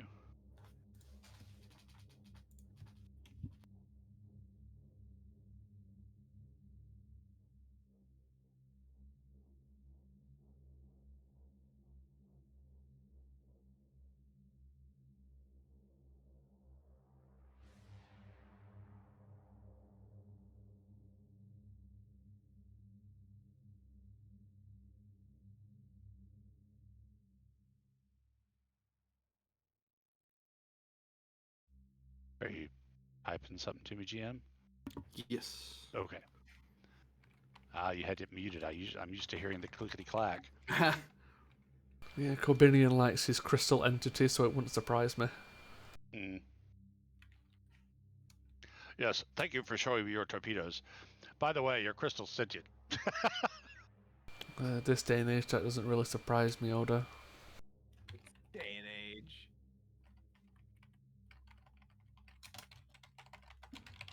Yes, these unprecedented times we live in. What do you mean that pebble is sentient? It's under the water. He's writing me Wow. poetry.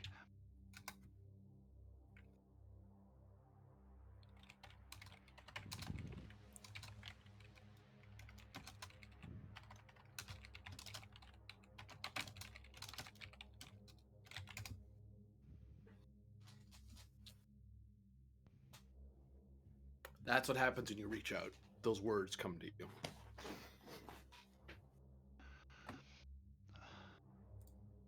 Is it like the thing is broadcasting to me telepathically, or It's almost like your ESP ability fired, but it's less you're feeling your own gut, and it's more you were. It's less you were.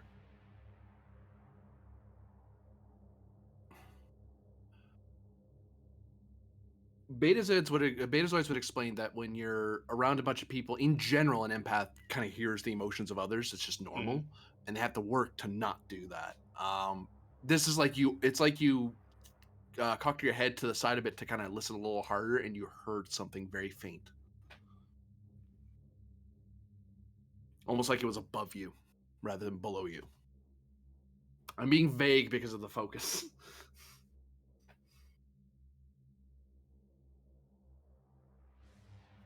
But I'm not lying to you because you didn't get a complication. Everything I'm saying is true. almost like it was above me? Yes. He's probably meaning like the metaphysical realms.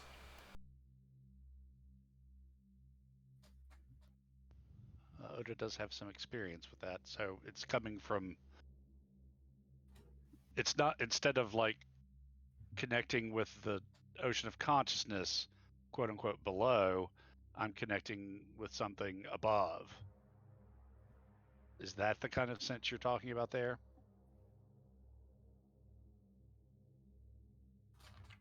For a momentum, I'll answer. Oh, very well. That would be correct.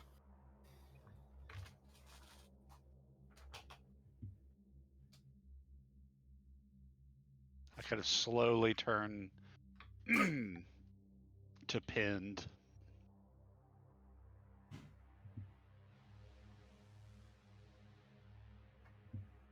You are, of course, more familiar with it than I, but there is more to your crystal than general appearances would suggest. I think it is a conduit, at the very least. It's possible, considering, like I said, I've had this thing pretty much my entire life, and it fit perfectly when I was trying to do this. So I assume something was at work. It is not from the lower realms, not from the ocean of consciousness or the level of Stovokor or subspace, but rather it comes from the realms above space-time. So, quantum and up.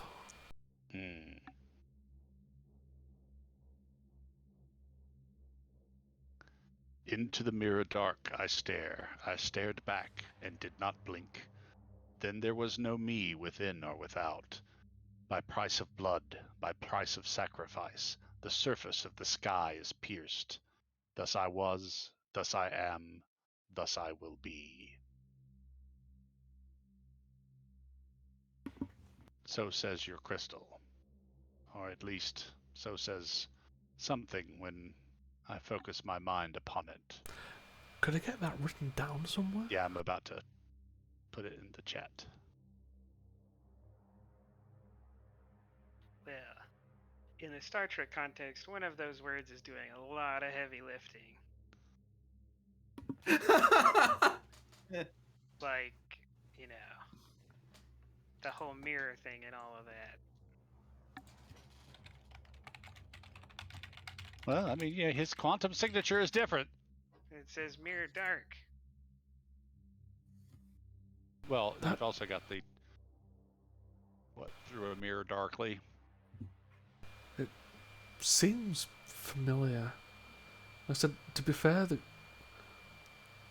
I've had it so long it feels pretty much a part of me. But it's echoed over the time on our next trip. I can try and reach out a bit more. Just,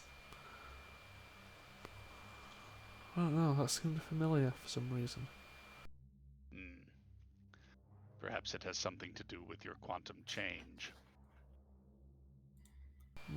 Possible. I didn't get any sense of like particular evil or good or anything, GM. Just like, You sensed what you sensed. Without you'd have to give me threat to get more exacting answers than that. I'll give you a threat for ESP. Threat assessment.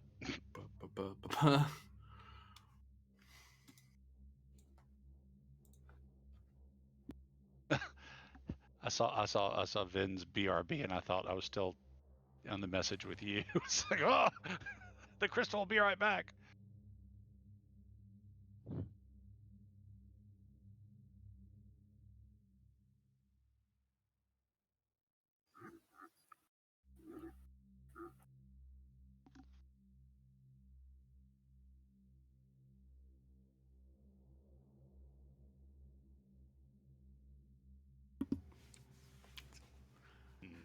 That's the answer, honestly.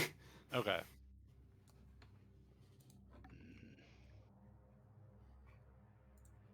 I get the feeling that this is a memory a long time ago somehow. But somewhere, sometime, something changed that shouldn't have. But that is all I can tell. I'll have to spend more time with it to figure it out. Good luck. If I can help, do not hesitate to ask. I may take you up on that offer someday, but for now, we still have lots of talking to do with other people. Ah! I know, the fun. At least the Cation brought food. I gave you blood wine. Yes. And new scene. Can I speak to the Alcarans at some point? No. It's very cute to me that Oda responded, so like we have to do more conversations the way you hear like we have to spend more time crawling through a crawl space or something. It's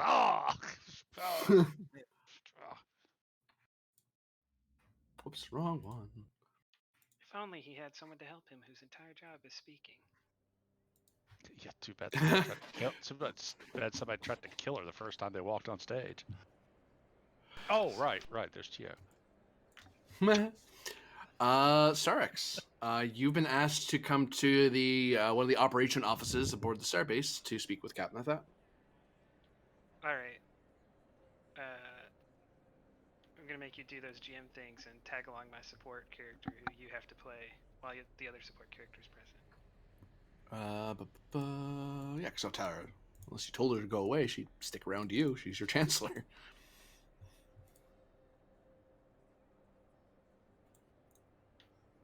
I will proceed.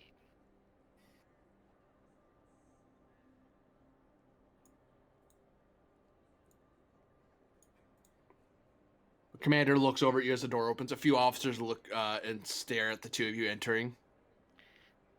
Did we use this as a strategic area, or was this just like some back room or something when we were here? This is one of the operational offices.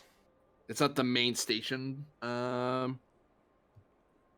Station operations. It's more strategic operations.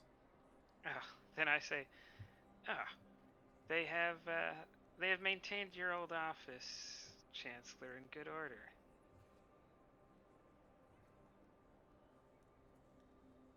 One room in the base that wasn't scrapped. Well, you need to be able to. I didn't want you to die the minute you came aboard. Wouldn't be very sporting. Some people give her a look.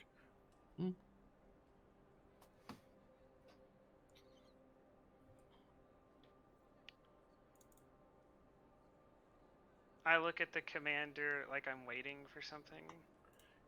He's in there. He gestures. Good. Altera kind of lingers for a bit and looks at what someone's doing. They kind of look up at her. Oh, nothing. And she kind of walks off.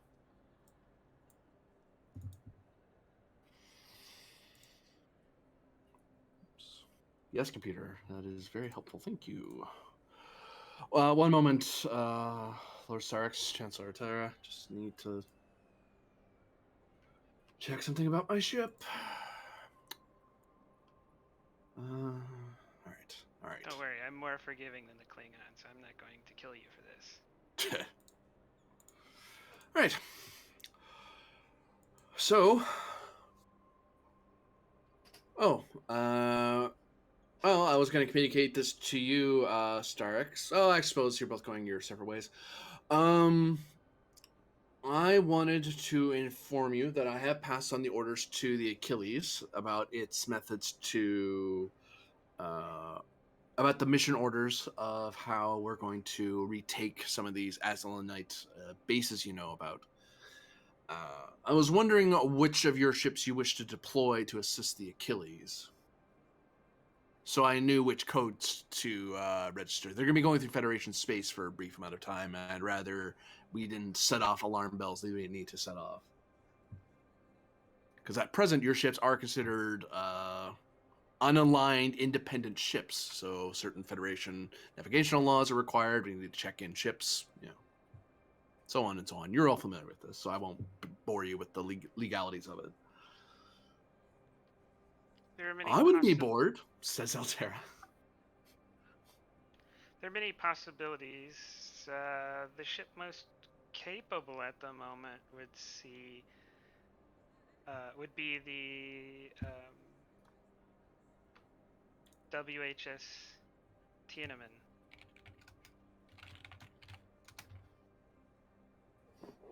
Oh, so you send your flagship along.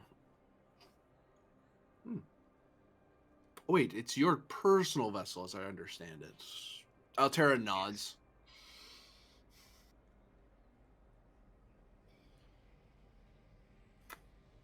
So I presume you'd be going along with them? With your ship, I mean? Okay. Athaton just kind of flexes his paws into the carpet for a second, and his tail waggles a little discomforted. You can tell he's trying to think of a way to say this, but he can't think of the words.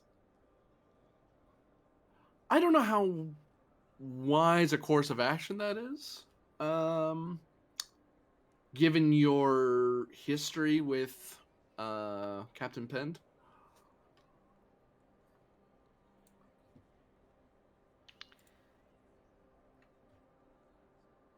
I mean, I'm not telling you how to run your ships. I'm just trying to advise you. I think there may be interpersonal issues, I suppose, might be a way of putting it. I would be satisfied if Lord Oda were to watch over them instead, but several treaties rely on everyone's compliance. So, alone, I do not think they can go.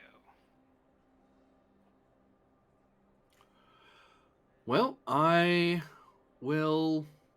He hears a beeping behind him. He kind of looks over. Oh, one moment. Sorry.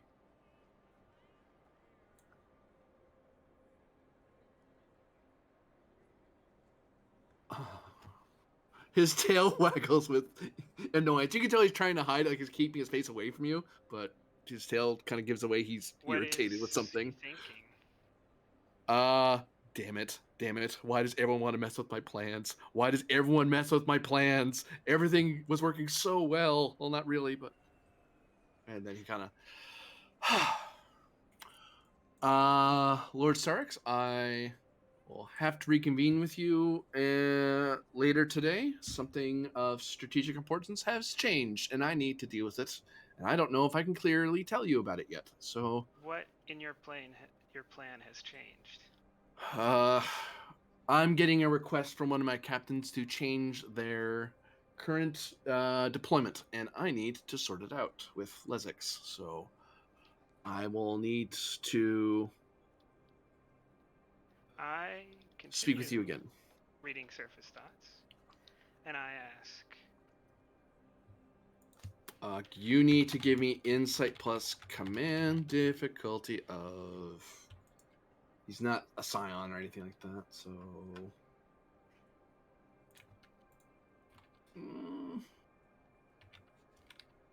We'll say 2. He's not trying too hard. He doesn't know he needs to. unfortunately for him, it's the last roll of the night, and I have all the resources. Because I haven't spent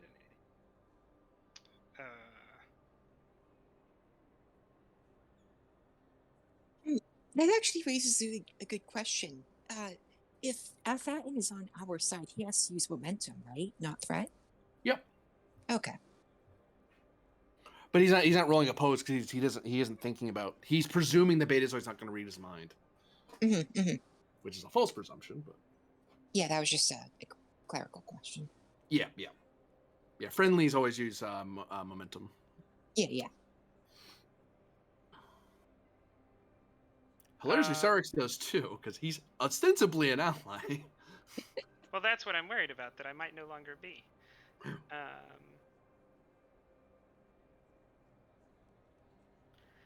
Determination on expect the unexpected. I need what he knows to anticipate the changes ahead. If I don't know it, I'm going to be caught off guard.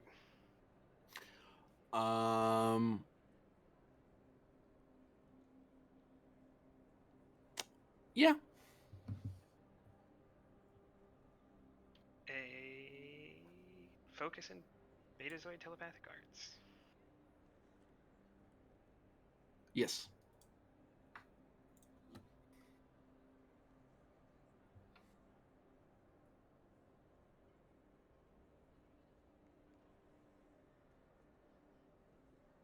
One threat.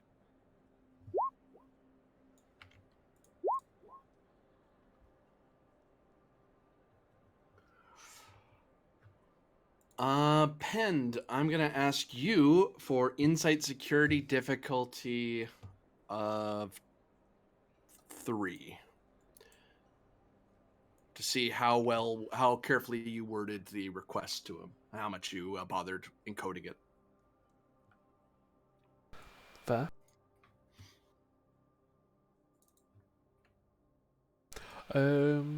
Would Directive 3 kick in here to a degree? Which would be secure Iconian vaults. But this is Iconian related. You could, yeah. Okay.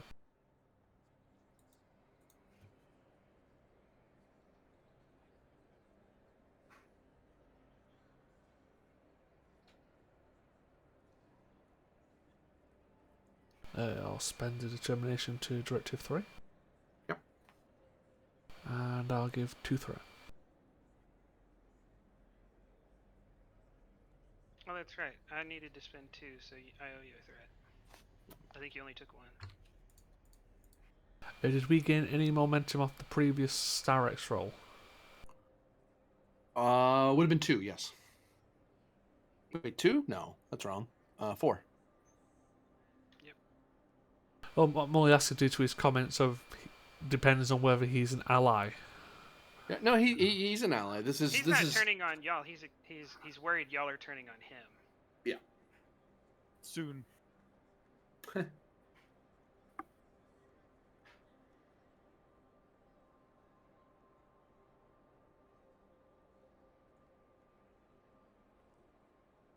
I don't think I need any medals for this.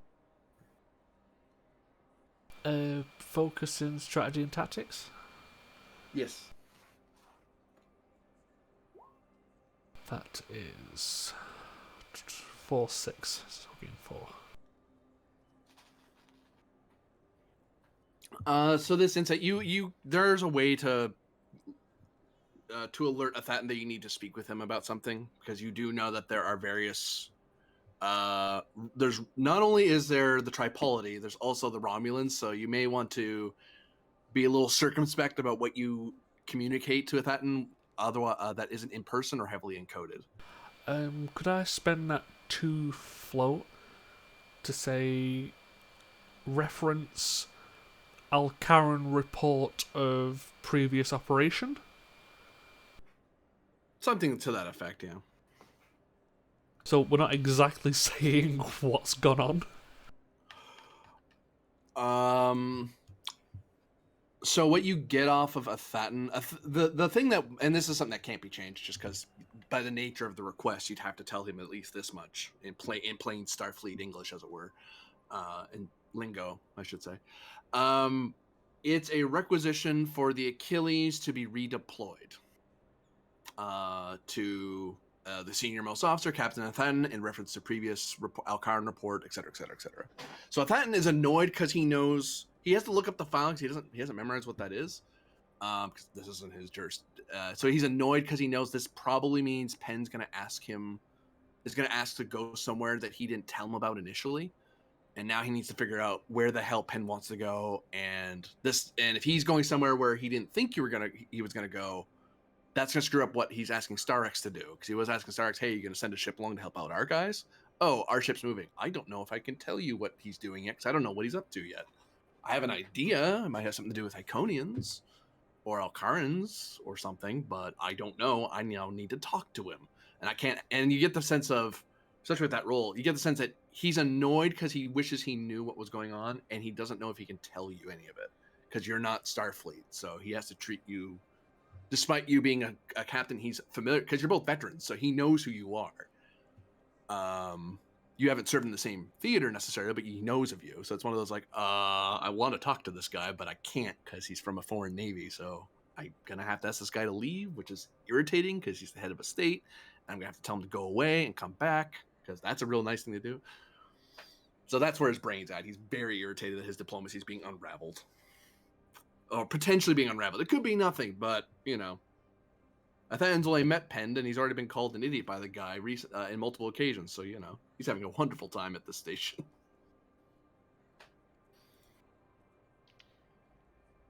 Very well, Captain. I don't need to keep you. I trust that this change will not affect our arrangements, because if it does, you will put me in an incredibly desperate position, because Sa-Oda is now more aware of my capabilities than he was before, and the Aldemona are more aware of my capabilities than there were before. So if you fail in this, you will push me to incredible lengths. If you ever look me up, Lord Starex, and what I've been doing since you've been away, you'll know that the mission gets done. It may not always be clean, it may not always be pretty, but it gets done. Starfleet is going to uphold its obligations, one way or the other. And then in his head, you feel, again, why does this keep happening to me? I wouldn't expect any less. I just hope that you don't intend to make me the messy part of your getting it done. And I will leave him.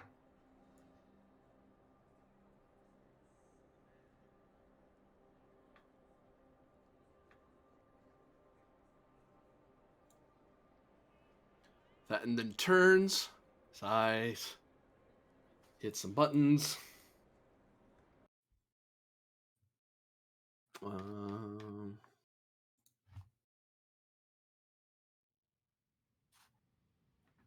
his room fills with a distinct white noise.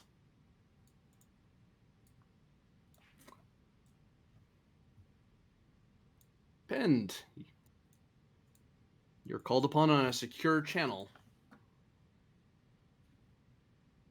I see you got the message.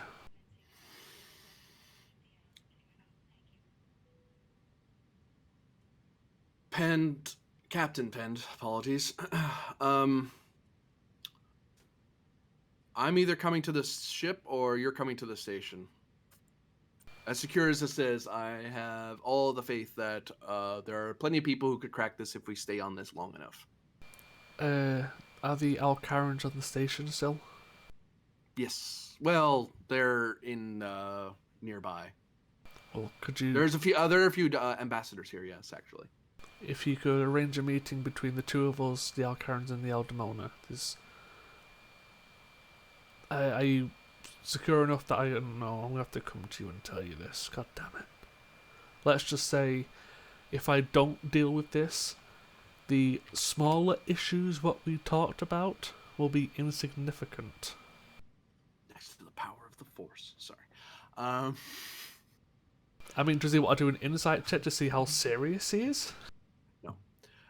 No. What he says. That was just me. Chirping. But Thatton kind of looks at the screen for a second. All right. I'll get it. I'll get the meeting set up. Thatton out. The hell's going on? Eventually, back to the conference room. Getting sick of this room already. How do we even work here? Man, this set is really putting in the work. I'll chime and Supposed to- walk in. It's supposed to be Grennan's job. Well, Captain. Captain, you're not going to enjoy what comes next. Sacred Cell Serene, Captain. Captain Pearson kind of glares at the two of you with turbulent golden eyes. Vintatrex just kind of looks around the room, takes a seat, just casual as you can be. Pearson looks like they're ready to fight anything that comes in the room, or anything that's hiding in the room, or anything that's cloaked in the room. Hell, fight the windows. See what happens. She's really kind of itching.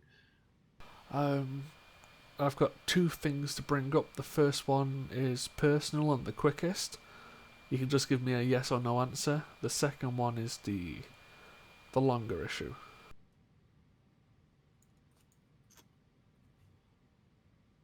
Go on. When I was on the surface of Alcara, I was stabbed through the heart by an Iconian agent. At that same time, it appears my quantum signature changed, and I have a nanomachine generator attached to my heart.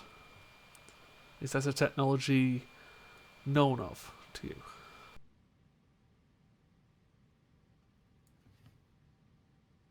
Captain Pearson just crosses the room. She seems to be just striding, but she walks a lot. Her strides are fairly quick and measured. Almost like she is ready to attack you at any moment. Was if you intercepted her along the way, she stops just at the edge of your arm's reach.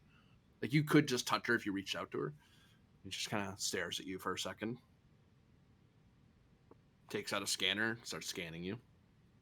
Because within the last hour, apparently the nanites has just tried to kill me. So I'd like a relatively decent answer on this one.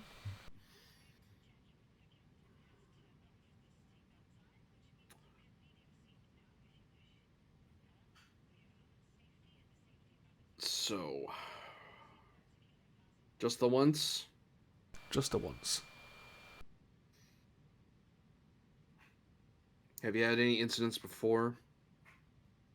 Not with this, but apparently my leg is growing back. Captain, says Viditrix, I'm scanning. Give me a moment. Again, all this occurred after I was stabbed on planet side, so I assume that's the occurring incident. That would be correct. I'm just seeing how dead you are. Well, don't sugarcoat it. I'm not. Looks over at Viditrix, and Viditrix's eyes sparkle like she thought that was funny. I'll just peek past and look at her. It's not the first time I've died.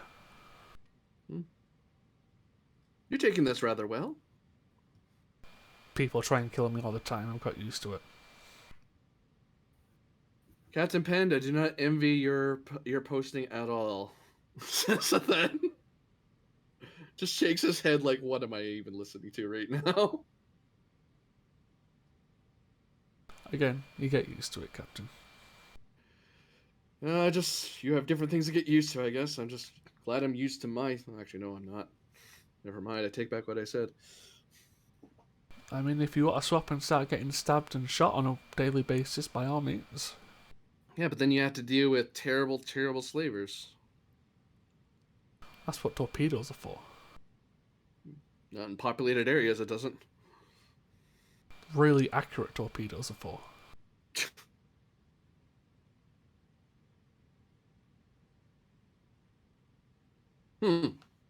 Well, I figured out what it is. It seems someone has injected a nanohive into your central system with a subset around your heart and a primary in your brain. The brain one attempted to unleash a rather vicious nanovirus that would render you brain dead. It gave it a good go.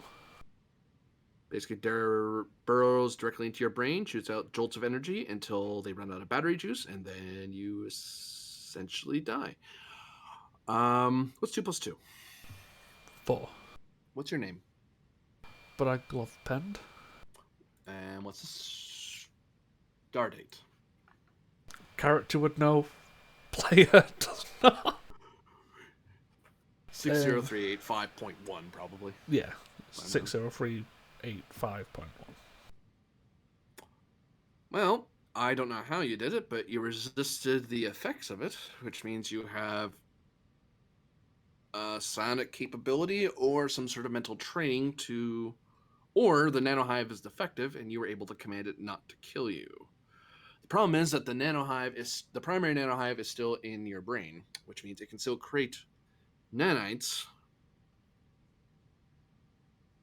But the question is, why did it choose now, after so long, and why not just keep trying until you died? Well, I can probably answer that one without you guessing. Oh? And I'll give the security code for white noise for the room. You already hear it. Okay. But I turned that on a while ago.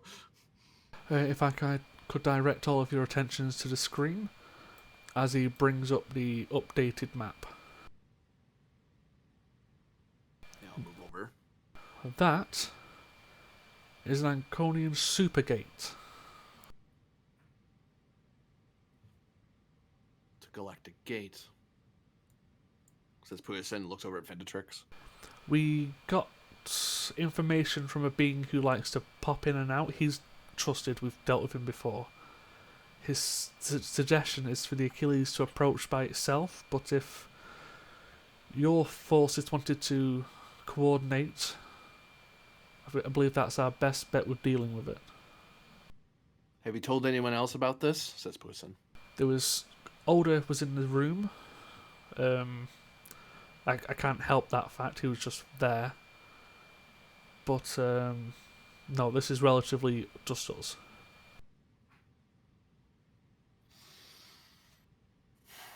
That's why I requested the destination change.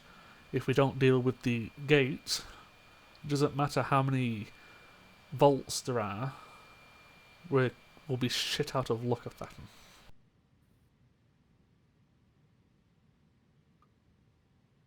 Thatton looks at the two of them. Can't you send one of your ships? Can you send one of your ships to take up the assault on the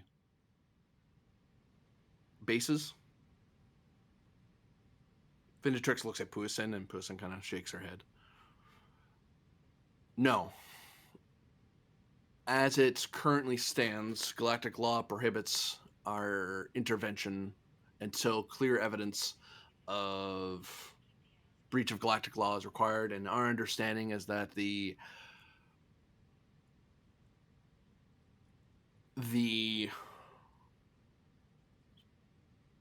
self-styled Lord Starex would not appreciate us cracking the worlds that he wishes to retain. Though if he fails, law will be upheld, or if he violates, the law will be upheld. So that's a no. Okay. All right then. Well, someone has to take your place, Pen. So, Viditrix, would you be willing to? Her eyes kind of go still, and then Athaton kind of blinks. And you can tell Athaton's a little flustered at the moment because he forgot to say her title. And he says, "Sacred Stellar Serene, Viditrix. If I would be so bold, I would like to requisition your assistance in maintaining the peace and security of Narinda Station with one of your ships." Why ever would you need that? You have plenty of ships. Mine would be redeployed along with the T9 men while Pend takes his ship where it needs to go. All records of this conversation must be destroyed. I will inform Oda of his obligations.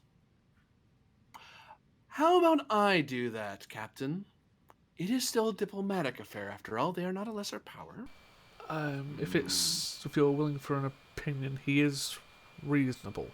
If you inform him not everything, but of why this must remain secret, he will understand as long as it's being dealt with.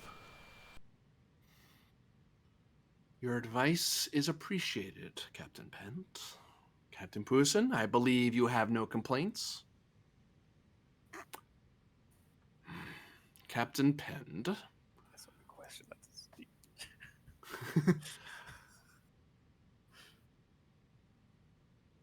I will be informing the migrant fleet of your mission. You'll be provided a frequency, and she holds out a what appears to be a data chip of some variety, or a data tape. Yeah, I'll reach out for it. Enter that into your system, and it will alert the migrant fleet that you have failed, and that Exterminatus Galacticus will be invoked, and the entire system and the surrounding star systems will be obliterated. I would not advise you using that unless you wish to see your afterlife far sooner than you desire. Succeed at your mission, or ensure the galaxy is preserved from the tyrants. By all means. Do we know how to stop the nano stuff? I kind of want to make it there. I will provide your doctor with the relevant specifications for the surgery, but I will advise you that this will involve rather intense brain surgery, and normally I would advise us doing this here on this starbase. However, given the fact that you are now within the duties of galactic law, your first duty is to the gate, so you will have to get it treated en route. Yeah, I guessed as much. Please ensure that your first officer or relevant command structure is appropriately prepared for your possible death. Well, that's standard. Don't worry about that. Very good. Captain Athaton? Dimensional gates. Captain Athaton, I'd like to make an official request. Proceed. I'd like you to reassign Commander Jaishi to the station, please. I can do that. He looks like he's gonna say something, like he's gonna remind you of something, and then he just closes his mouth and just nods. It'll be done. I'll deal with the complaints later. Or rather, he grins. Lesix will. Just send the complaints to me if I come back. I'll hold you to that, assuming we all live through this. But, yes. Believe it or not, Fathan, I don't actually intend on making your life more difficult. I'm just very good at it. It just comes to you naturally. Believe it or not, yes. No, I believe it.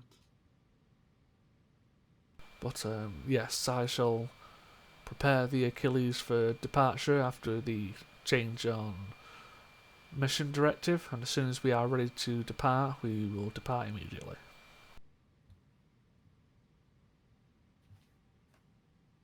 God, this is gonna suck. Strides out of the room. Venditrex kind of just nods her head a little bit, and then she leaves. Well, I was thinking my babysitting this station was going to be boring, so now I get to run around and shoot at bases while you attack a dimensional gate. Great. Do you want to swap? No, well, no, not really. Have you seen an Iconian supercruiser? I read the reports. I don't think the Wilson R. Abbott would survive that encounter. Yeah, I'm sure the Achilles will survive that encounter. Yeah, well, have fun. I've got to go do it.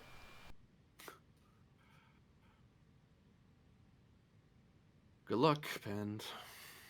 Yeah, you too. As he just wipes the screen.